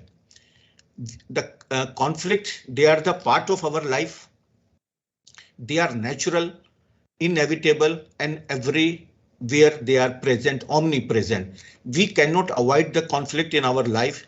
We cannot imagine any day in our life which is without conflict. If we define the conflict, if we say the simple definition of the conflict, it is nothing but it is the disagreement or incompatibility or difference of opinion, or you can say the contest between people with opposing needs, ideas, belief, values, or goal, like father and son. They are having the different ideas. They are having the different beliefs and values. So they are having the conflict because of their different perception. Now, dear friends, if you agree, no conflict is good or no conflict is bad. But if a conflict is resolved, it is addressed properly, it can be resolved, it can be minimized, it can be diverted. If the conflict is allowed, like the matrimonial conflict or matrimonial dispute, if they allow to grow, if they allow to be continue, they may fracture relationship, they may escalate non-productive results. So every conflict, including matrimonial conflict, is required to be resolved beneficially. If we address the conflict in the right perspective, in the right direction, the quality final products may be achieved. In matrimonial cases, most of the time, the dispute is regarding the payment of maintenance, permanent alimony, and other expenses. How this can be addressed? Most of the time, we address kitna lega, kitna dega, right? But conflict resolution is much more beyond this simple compromise. So that conflict is always an opportunity in disguise where we can find a different, very productive result also in matrimonial case. To handle the matrimonial dispute, family dispute, we need to understand what is conflict, what is the perception of different parties who are standing before you, how they are perceiving the situation, the matrimonial situation, or other factual background, factual situation, which is the genesis or original or originate of the conflict between husband and wife and other family members. We need to manage the, after understanding the conflict, we need to manage the conflict. How we can manage the conflict? If we are able to handle conflict sensibly, fairly, and efficiently. Dear friends, I remain posted in family courts for more than 3 years. And I'm telling you the best part of my judicial career posting in the family courts in 3-4 different districts. I could manage to learn how to understand the conflict on the basis of different perception, and then how to handle the conflict sensibly, fairly, and very efficiently so that I can resolve the conflict. Because of this, on my judicial side, in my mediation work, I managed to resolve number of hundreds of matrimonial dispute. We need to also understand when the conflict is there, when the husband and wife, they are standing before you in the court, how they are responding to the conflict. Their responses may be different. They may be avoiding the dispute or maybe conflict. There is a little bit difference between conflict and dispute, but I am not going into that extent. Avoiding, sometimes the parties, they preferred not to acknowledge the dispute or conflict between them. क्या झगड़ा है? कुछ भी झगड़ा नहीं है. Sometimes the parties, they are in the adopt accommodating approach. What does it mean? If wife is asking rupees 10 lakhs for permanent settlement, the husband is readily agreed to pay rupees 10 lakhs. If husband is ready to pay rupees 3 lakh, then wife readily agreed to accept rupees 3 lakhs without any confrontation, without further litigation, or without any further dispute. This is accommodating. Sometimes the parties, they are competing, they are sticking to their position. You must have experience when you are making efforts for settlement in the court. Sometimes the husband is saying, I'm not ready to pay more than rupees 3 lakhs, and wife is saying that I will not accept less than rupees 10 lakhs. Both of them, they are sticking to their position. So this is competing, but why avoiding, accommodating and competing, we cannot resolve the dispute. We cannot address the parties in mediation, because parties, They are not in the compromising or collaborating mood. In all this approach, either one of the party is benefited and another party is loser. Another approach is like the compromising, where the parties, they sit together and they find some common solution, a midway solution. If husband is ready to pay rupees 3 lakhs and wife is asking rupees 10 lakhs, so generally parties settle for 5 or 6 or 7 lakhs. But this is compromising. But in mediation, in dispute resolution, when we start our journey from dispute adjudication to dispute resolution, from confrontation to cooperation or collaboration, the next stage is collaboration. When parties approach collaborating approach, what does it mean? When husband and wife sit together, husband is saying, I can understand that my wife needs rupees 10 lakhs, and wife is saying, I understand that my need is rupees 10 lakhs, but my husband cannot pay more than 3 lakhs. So they sit together, they find some collaborating solution, like that sharing in the property, sharing in the profit in out of the business being run by the husband or any other way. So in handling the matrimonial dispute by the mechanism of ADR or particularly in mediation, we need to adopt compromising approach or collaborating approach. Right, sir? Then how the conflict can be resolved? There are the various ways, but देखिए कितना, it's a very good quotation. Running away from any problem only increases the distance from the solution. The easiest way to escape from the problem is to solve it. When a matrimonial dispute is before us, a family dispute is before us, we need to address the problem, we need to address the conflict so that we can find a viable solution which is acceptable to both the parties. Every conflict starts like a spark of fire. What I've experienced, if it is not addressed in right and proper perspective, it can blast like a volcano. Right? I'm coming to a detailed definition of mediation and what does mediation is all about. But in the process, when we conduct the mediation, how we resolve the conflict, we gather the information. Like when a plaint is presented before you, it is the perception of either of the spouse. When a written statement is filed before you, it is the perception of opposite party. So when we read both petition and written statement or counter affidavit or counter reply, we can know the factual background of the dispute or what are the underlying interests of the party, that is gathering information. Thereafter, we identify the problems and thereafter we create the problem and convert the one options into the potential settlement. Like just I have given one example to you. If I ask how you would like to resolve the problem between father and son, many answers can be given, like the underlying interest of the son is to reach at his school within time so that his study should not suffer.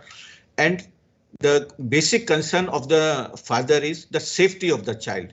Many solutions can be found out that the father and son can shift to a place which is situated near to the school of the son. The father can purchase a cycle, he can arrange a pool car, he can arrange a taxi, he can arrange a cab, or any other solution can be found out. And one solution after proper evaluation can be converted into the potential settlement or mutual settlement. Now, with this little bit background, what is perception, what is conflict, definition of conflict, how the conflict can be managed after understanding the approach of different parties to the conflict, and then thereafter, after managing the conflict, how the conflict can be resolved. But what is matrimonial dispute? Dear, why the marriages are required in our society? The marriage enables couples to settle down in their life and to live peacefully. The basic philosophy, basic theory behind it is a social requirement for the continuity of the species. But sometimes the little quarrels between young couples assume serious matrimonial dispute. What I have experienced in my career as a matrimonial judge, in most of the case, only there is a little bit difference or little bit conflict the normal wear tears of the life, they get mature into the matrimonial dispute because they were not addressed, they were not corrected at the appropriate and right time. Because of this situation, there is outburst of matrimonial dispute. But you will find there are many reasons for matrimonial dispute. Domestic incompatibility, competition for economic and social resources, sometimes emotions, ego, social compulsion, personal responsibility, various social multiple factors, they are involved and they are basic cause of matrimonial dispute. Earlier, if we experience out of our past experience, earlier the matrimonial dispute were resolved by the intervention of elders. But now most of the elders, they are also involved, they are also dragged into the matrimonial dispute. So they are not available. It may be the nuclear family may be one of the reason. But dear friends, our matrimonial dispute, they are required to be resolved amicably by mutual agreement. We need to make efforts for amicable resolution of dispute.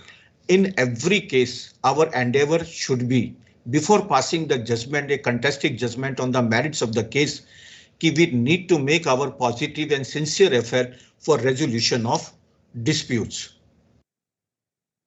I just mentioned there are a number of causes for genesis of matrimonial dispute. The origin of matrimonial dispute may be the ego and pride of the parties, husband and wife, their behavioral disorders, different perception, self-interest of the parties, incompatibility, psychological problems, adjustment, expectation, even sometimes the medical reasons also.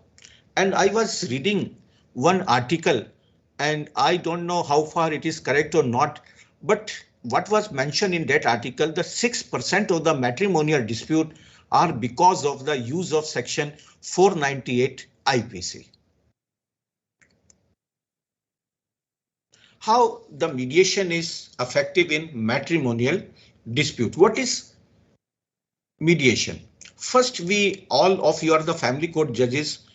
The basic jurisprudence of the family court, the basic philosophy and theory is, as per the preamble, the family courts were established with the objective of amicable settlement of matrimonial dispute. In the spirit of the Family Courts Act, our first endeavor must be the amicable settlement of matrimonial dispute. The Law Commission in 59th report speaks for creation of courts concerning the family dispute with simplified procedure. Right? Family Court Act 1984 was enacted for speedy disposal of family dispute and to promote conciliation and settlement. Now, it recognized conciliation. The Family Courts Act, it recognized conciliation because as per the section 89, mediation, conciliation, lok adalat, judicial settlement and arbitration, they are different ways. So conciliation is little bit different from mediation, right? It's a minor difference, technical difference only. Otherwise, mediation and conciliation, more or less, they are similar.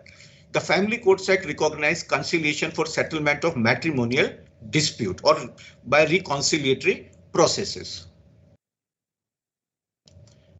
Conciliator, in the family courts, the number of conciliator or counselor, they are attached to encourage the parties for resolution.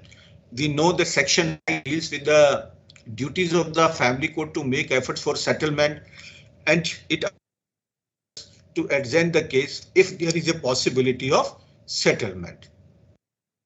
Now, section 89 deals with resolution of dispute by ADR, including mediation. Now, emerging as a effective, this mediation, very effective and workable mechanism for dispute resolution, it is also recognized. Mediation now, very efficient, speedy, convenient and less expensive remedy for resolving the family dispute. Dear friends, in Delhi, we have settled more than 2 lakhs cases, including family dispute and matrimonial dispute by the process of mediation. What is mediation? Mediation is entirely different from the judicial process. What does it mean? What we are doing in the court. Mediation is a very voluntary, flexible, non-adjudicatory. It is very important. It is party-centered process. Mediation is voluntary, flexible, and party-centered and very structured negotiation process. It involves a neutral third person. Who is neutral third party? Is a mediator. What the mediator does in the mediation? He facilitates. Mediator does not decide, does not adjudicate. He did not talk with the parties on the merits of the case, but he allows the communication. He used the bargaining and negotiation to bring the parties to amicable settlement, which is developed by the party themselves. The mediation, very important, is it retain the right of self-determination. What does it mean? In judicial process, ultimate decider is the adjudicator, that is the adjudicatory authority, that is judge or judicial officer. The judge or judicial officer, after considering the case on the merits, evidence led by the parties, documents and pleadings relied upon by the party, the judge or adjudicatory authority decide who is right, who is wrong. But in the mediation, the parties sit together, they talk with each other, they negotiate, bargain, develop many options, and ultimately for final settlement, the parties, they are themselves responsible for the right of self-determination to find out the final solution of their conflict, whether they are living together and whether they prefer to separate from each other. And one thing which is attached with the mediation process and which is required in matrimonial dispute, it is confidential.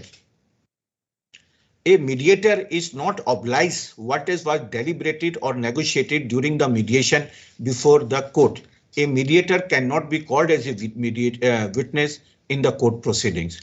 Mediation is not covered by procedural rules, but simultaneously it is not casual, very effective remedies. In this mediation, you will find the factual position, legal position, the underlying interest of the dispute parties in a dispute, they are addressed. We ask the parties to sit before the mediator, start communication, start bargaining and negotiation, develop many options, and then convert one option into the settlement. Ultimately, out of the mediation, what is developed? A mutual acceptable solution which satisfies needs and interests of the parties. Dear friends, I will give you one example. It is not a matrimonial dispute, but it was a labor and management dispute. How it was a very effective remedy. Mediation is very effective and very creative remedy. In one case which was referred to me for mediation, the workman was terminated from the service. He raised industrial dispute. The case was referred for mediation, and by that time the workman has expired. His wife, his two sons and daughter, they were brought on record. The opposite party, that is management, was a well-reputed school of Delhi. During the mediation, what I noticed that the wife of the deceased workman was not able to provide good education to her daughter, who was good on study. She wanted to continue with her study, and management at the end of the negotiation has agreed to provide free education to the 12th standard, up to the 12th standard, to the daughter of the deceased workman. So this kind of creative and very positive a solution we are able to find out, which are a solution which are acceptable to both the parties, which bring win-win situation for both the parties. In mediation, particularly in matrimonial dispute, we address the emotions, sentiment, social compulsion responsible of the parties, which is very unique to the nature of matrimonial laws. In adjudicatory process, in judicial process, we hardly address sentiments and emotions of the parties. Matrimonial mediation is entirely different from other dispute like commercial dispute, property dispute, and personal injury dispute, MACT or labor management dispute. I just mentioned, as per the Family Court Act, the conciliation is the basic remedy, but if parties they are not able to settle their dispute with the help of counselor or conciliator, even the remedy of the mediation is still open. the matrimonial dispute can be resolved to the satisfaction of the parties despite failure in mediation or in conciliation. Or I'm telling you, the mediation, it resolves the wide range of matrimonial dispute. On adjudication side, if we are dealing with 125 petition, if we are dealing with divorce, custody or restitution of conjugal right or any other dispute between husband and wife and family member, we would be deciding only that part of the dispute between the parties. But once the case is referred for mediation, we discuss the entire range of matrimonial dispute involving the divorce, permanent alimony, permanent maintenance, custody, visitation right, FIR, questioning of FIR, and other dispute pending between the party, that is past, present, and future jurisdiction relationship we address in the mediation. You know, after mediation, what is mediation? How it is important in the matrimonial dispute? Like I was referring the role of adjudicator while sitting on the dais and role of the mediator. In mediation, the role of the mediator is entirely different. A mediator is entirely different when he's handling the commercial of any other dispute. The primary role of the mediator in matrimonial dispute, in matrimonial mediation, is facilitative and non-judgmental. We hardly decide on the merits of the case like as we decide while sitting on the dais. We only facilitate. We guided the party. We used to guide the parties towards the settlement. We did not dictate. As a mediator, I never dictate any terms and condition of the settlement to the parties. The parties themselves, they develop the terms and condition of the settlement. Now, one question as a referral judge, while holding the case, holding the matrimonial court, I know in state of Punjab and Haryana, we have conducted under the aegis of Mediation and Conciliation Project Committee, the Supreme Court of India, we have conducted number of training programs for advocates and judicial officers to train them as a mediator. I hope and every reason to believe in every district in the state of Punjab and Haryana, the number of mediators must be or they should be available. The mediators are there. If you cannot do the mediation while in your judicial capacity, but we can refer more and more cases for mediation, matrimonial dispute for cases to the mediation. But next question, very important, at what stage the case can be referred to mediation? You know, as per the AFCON judgment, which was decided by the Honourable Supreme Court in year 2010, the judgment delivered by Honourable Mr. Justice R.V. Ravindran and Honourable Mr. Justice J.M. Panchal. This case, AFCON judgment, very famous case, deals with the various aspects of the mediation. In this case, the Honourable Supreme Court has considered about the suitability of cases for referral and by on the basis of summary and nature of dispute. In matrimonial dispute, what the Honourable Supreme Court has mentioned, कि these cases must be referred after service of notice on the opposite party, but before filing objection or the written statement to avoid further hostility between the parties. Right? So when we refer a case for mediation, before filing the counter affidavit, counter reply or written statement by the opposite party only to avoid further hostility. Dear friends, try to refer the more and more cases for mediation. I will give you the data of Delhi at the end of my talk, how the mediation is effective in matrimonial cases, right? And one thing is that, which is very important, which was laid down in AFCON judgment, that if you are referring a case for mediation, whatever may be the nature of dispute, maybe it matrimonial dispute, family dispute, or any other dispute, if you are referring a case for mediation, the consent of the party is not required. It is not mandatory. If you consider that this case is suitable for mediation, the parties, they can resolve their dispute. There can be possibility of settlement without even asking the parties. You can refer the case for mediation, even in the absence of consent of the parties. And this is the judicial finding of the Honourable Supreme Court. mediation process, just like the judicial process, like in the criminal cases, the charge sheet is filed, cognizance is taken, accused is summoned, copies are supplied, charges are framed, prosecution evidence, statement of accused, then defense evidence. In the mediation also, the entire mediation process, which I talked just before, how the dispute can be resolved, the mediation process can be divided into 4 or 5 functional stages like introduction. Introduction part is, it is not in practice in judicial process. We also conduct a joint session, both the parties. We also talk individually with the parties, which is also not practically possible in judicial process. Agreement on the terms and conditions which are developed by the parties themselves. It is again not possible on the judicial side, because on judicial side we are giving the final judgment on the basis of merits, facts, law, evidence brought on record. But agreement in mediation is always what was deliberated, what was agreed upon between the parties. Now,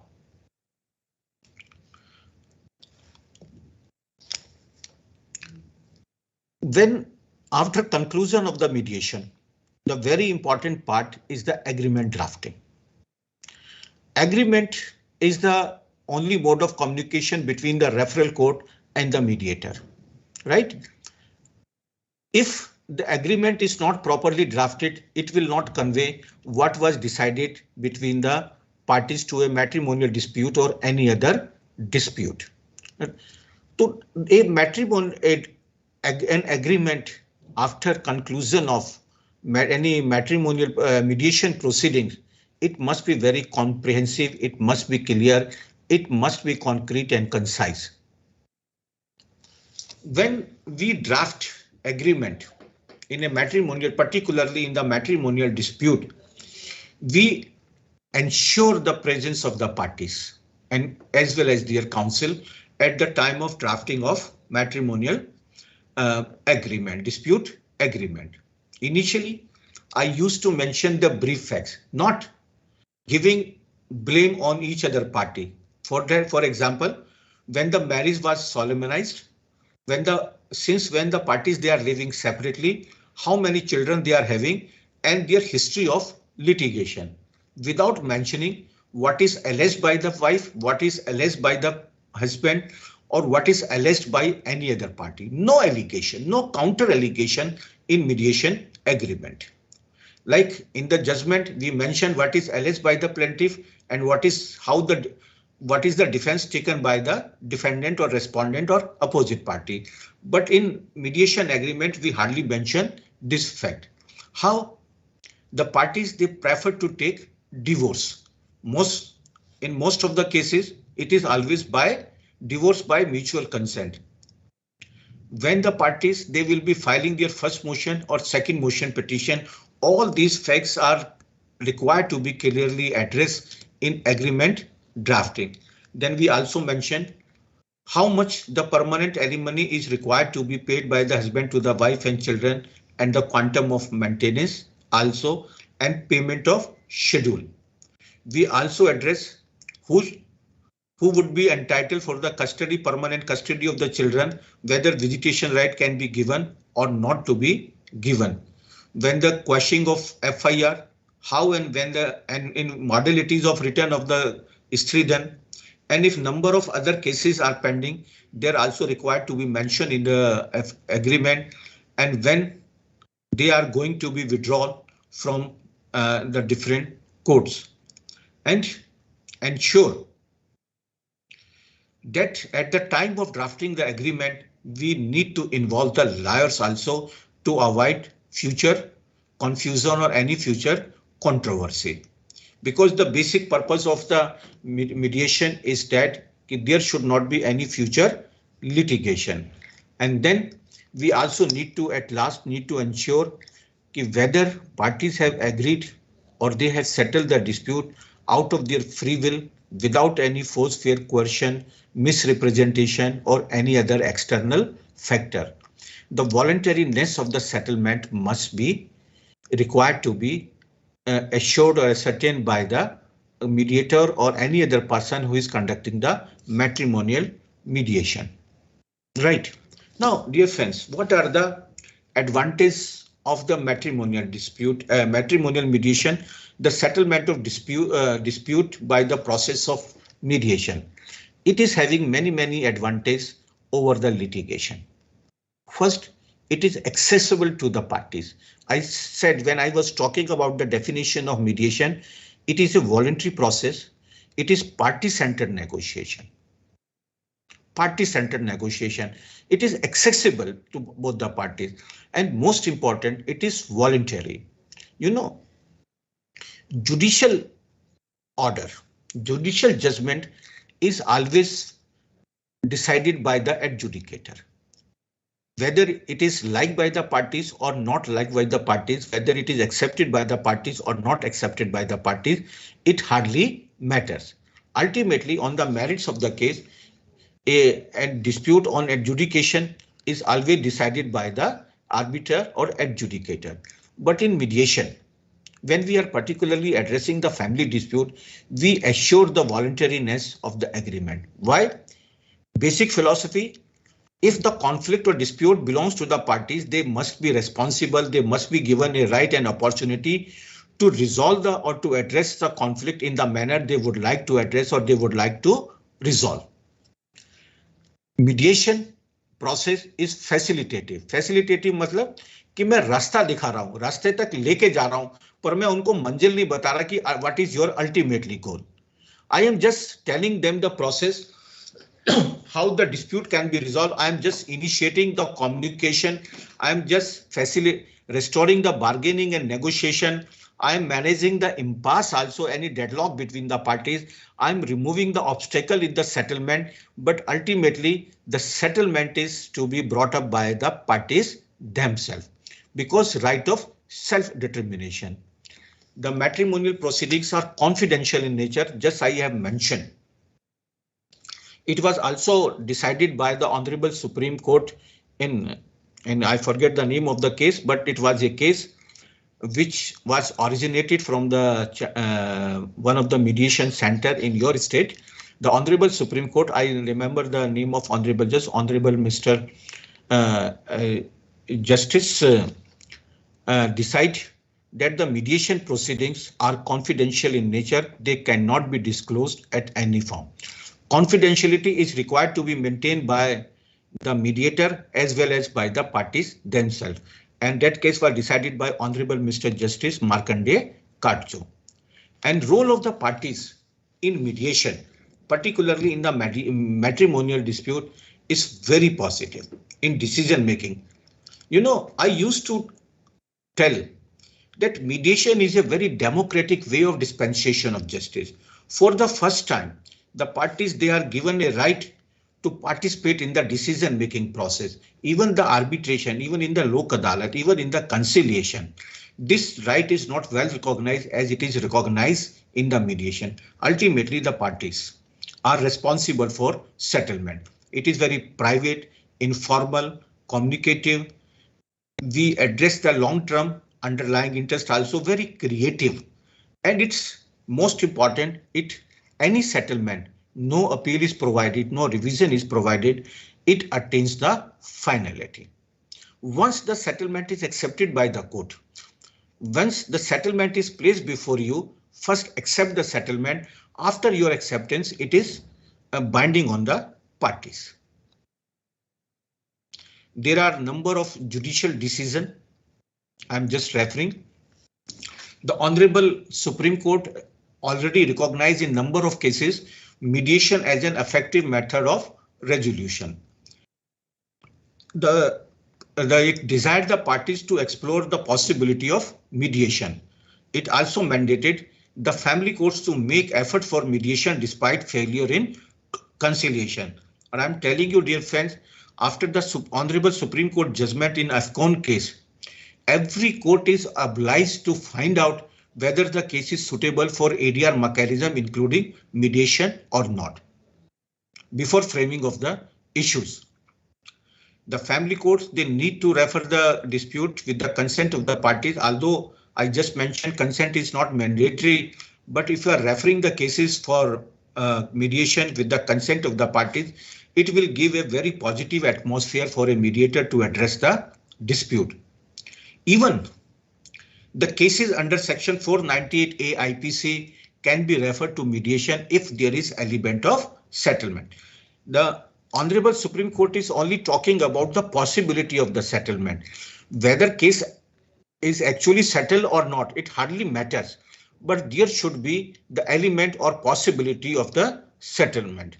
The Honourable Supreme Court has stressed importance even on the pre-litigation mediation and its wide publicity. My humble request to all of you to kindly refer more and more cases, matrimonial dispute or other family dispute for mediation. In case Srinivas Rao versus D.A. Deepa's 2013 judgment, all of you must be knowing this judgment. The Honourable Supreme Court emphasized relevance of mediation in matrimonial dispute, including complaints under Section 406-498 A IPC. It was observed that parties one-to-one, when the parties, they are sitting in front of me and the lawyers and their advocate, they are taking the back chairs. When I talk to parties, their stories, matrimonial misery, they are full of pain, misunderstanding, sentiment, grief, anger, ego, emotions.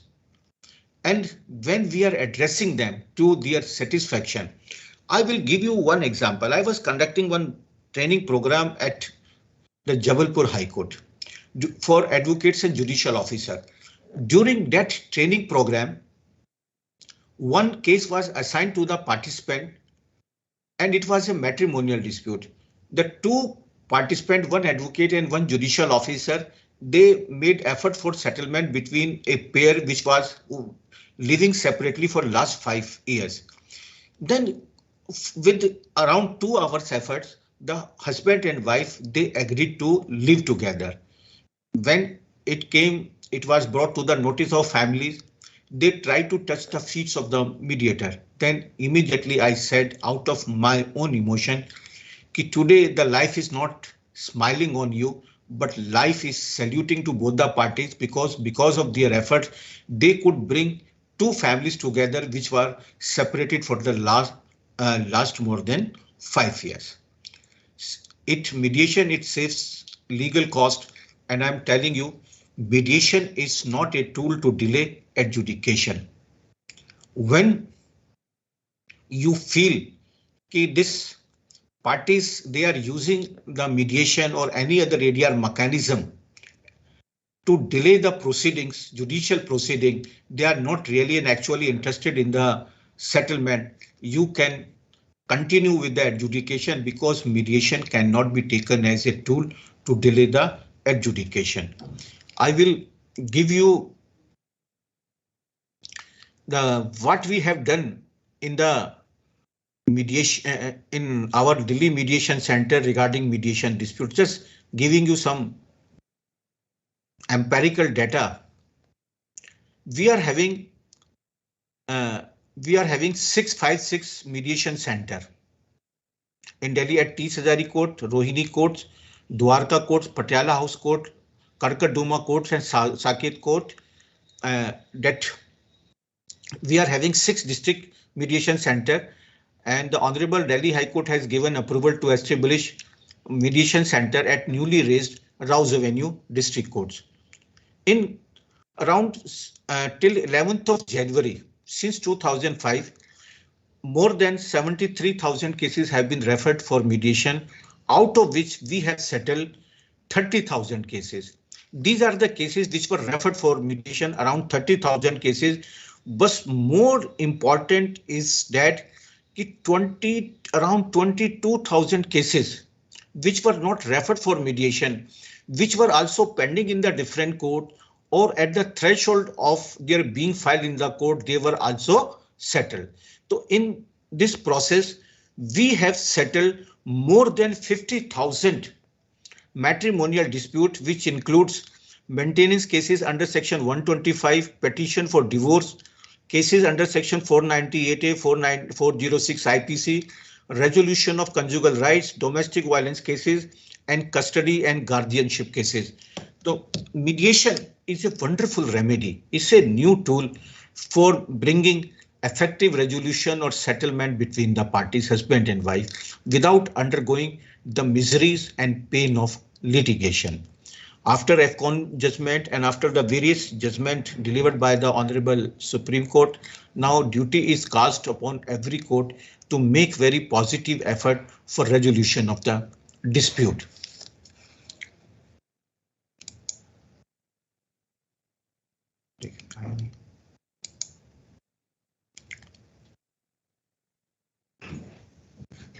Thank you so much.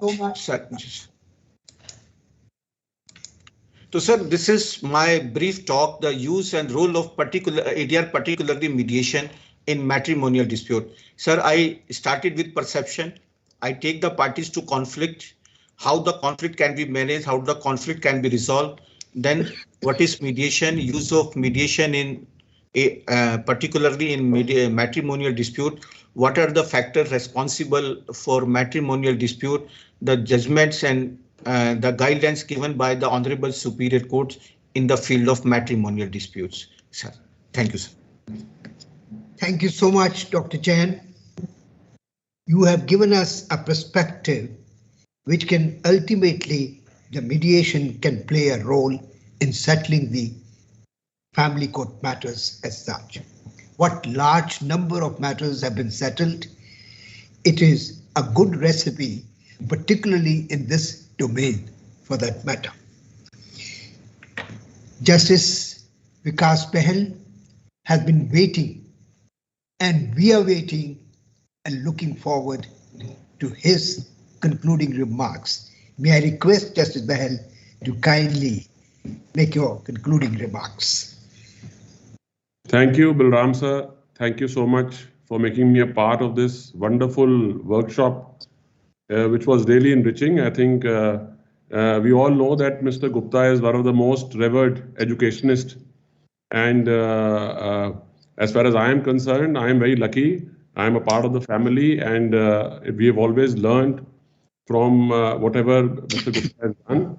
He's worn so many hats. He's been a brilliant senior advocate. He's been one of the best teachers that we had in the Punjab University. And further, today, being in charge of the Chandigarh Judicial Academy, it's really a privilege to be associated with you, sir.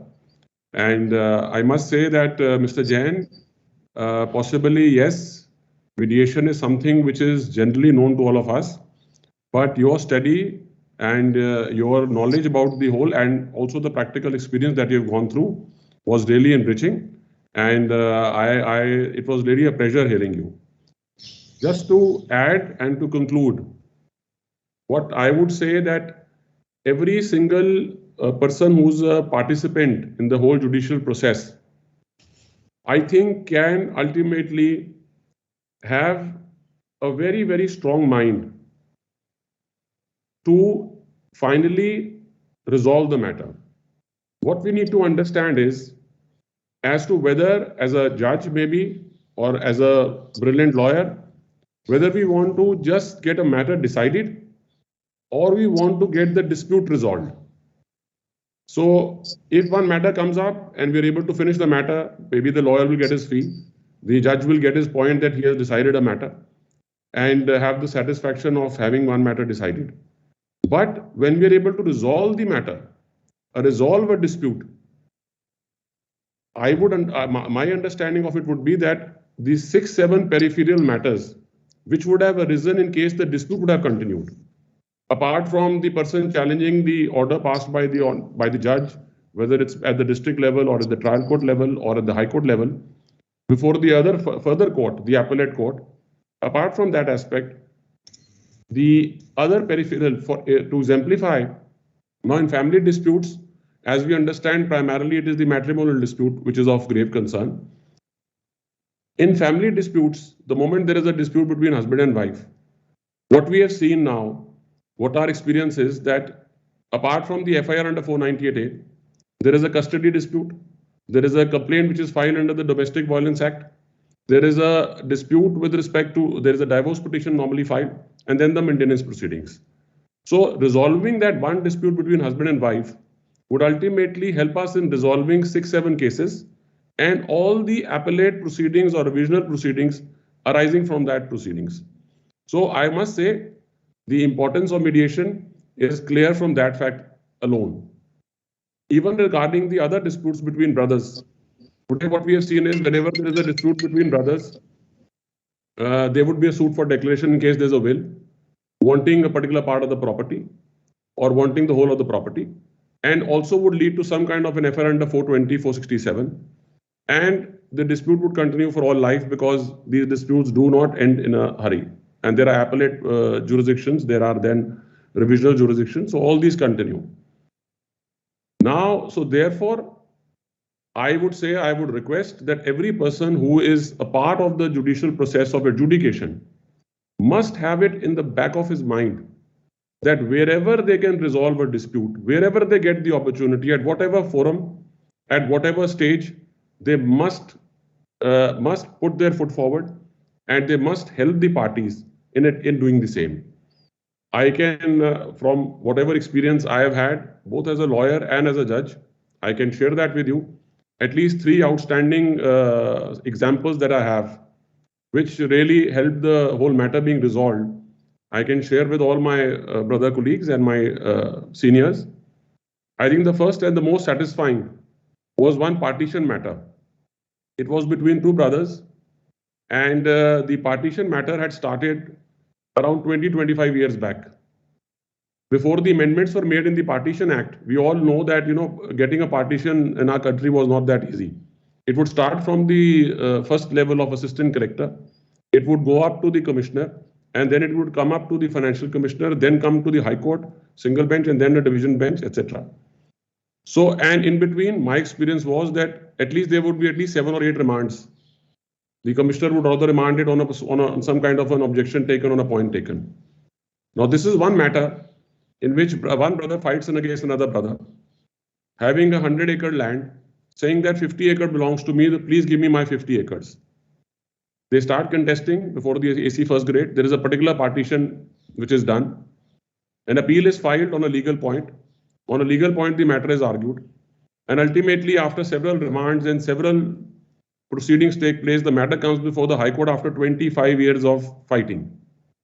So when the matter comes up, and this is why I say it can be done at any stage, and I'm thankful to Mr. Jain that he's pointed out that the lawyers also have a very important role in the whole process.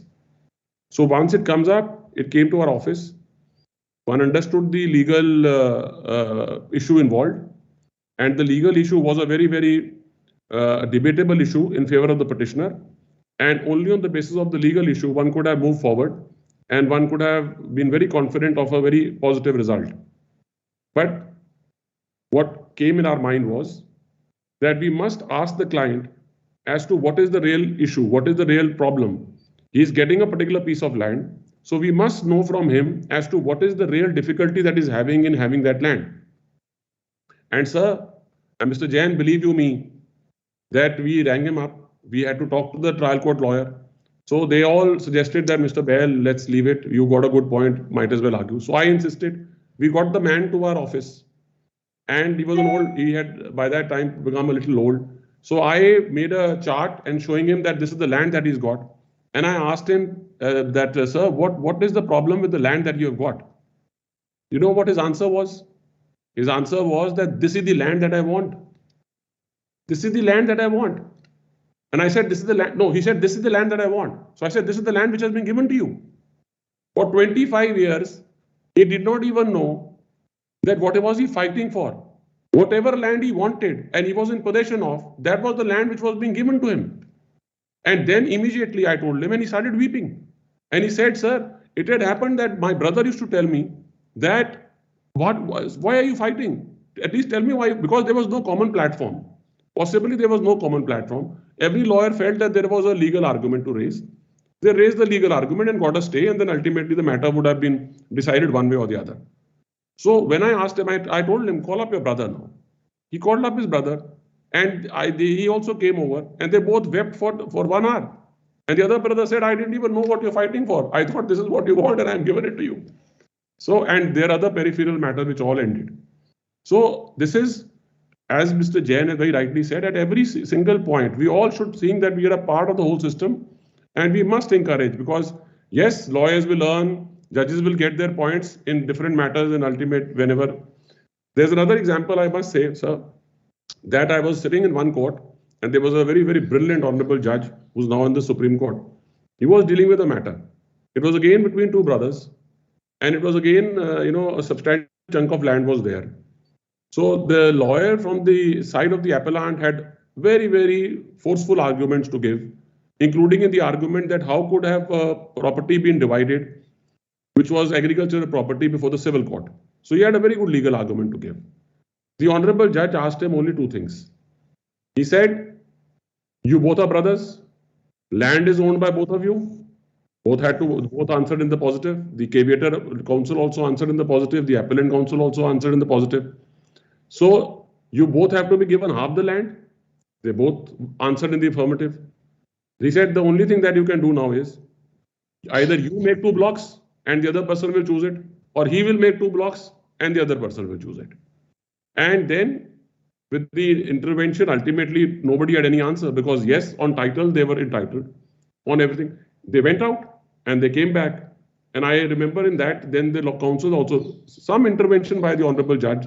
The understanding of the case was so well with the honorable judge that he knew what all was there. He knew the title, who's the owner of the land.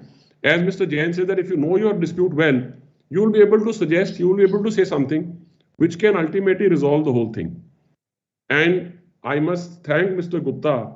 In fact, since the time that Mr. Gupta had mentioned that, this is the online workshop that we are holding, it's been a week or 10 days, at least in 2 matters. While adjudicating those 2 matters, this issue came in my mind.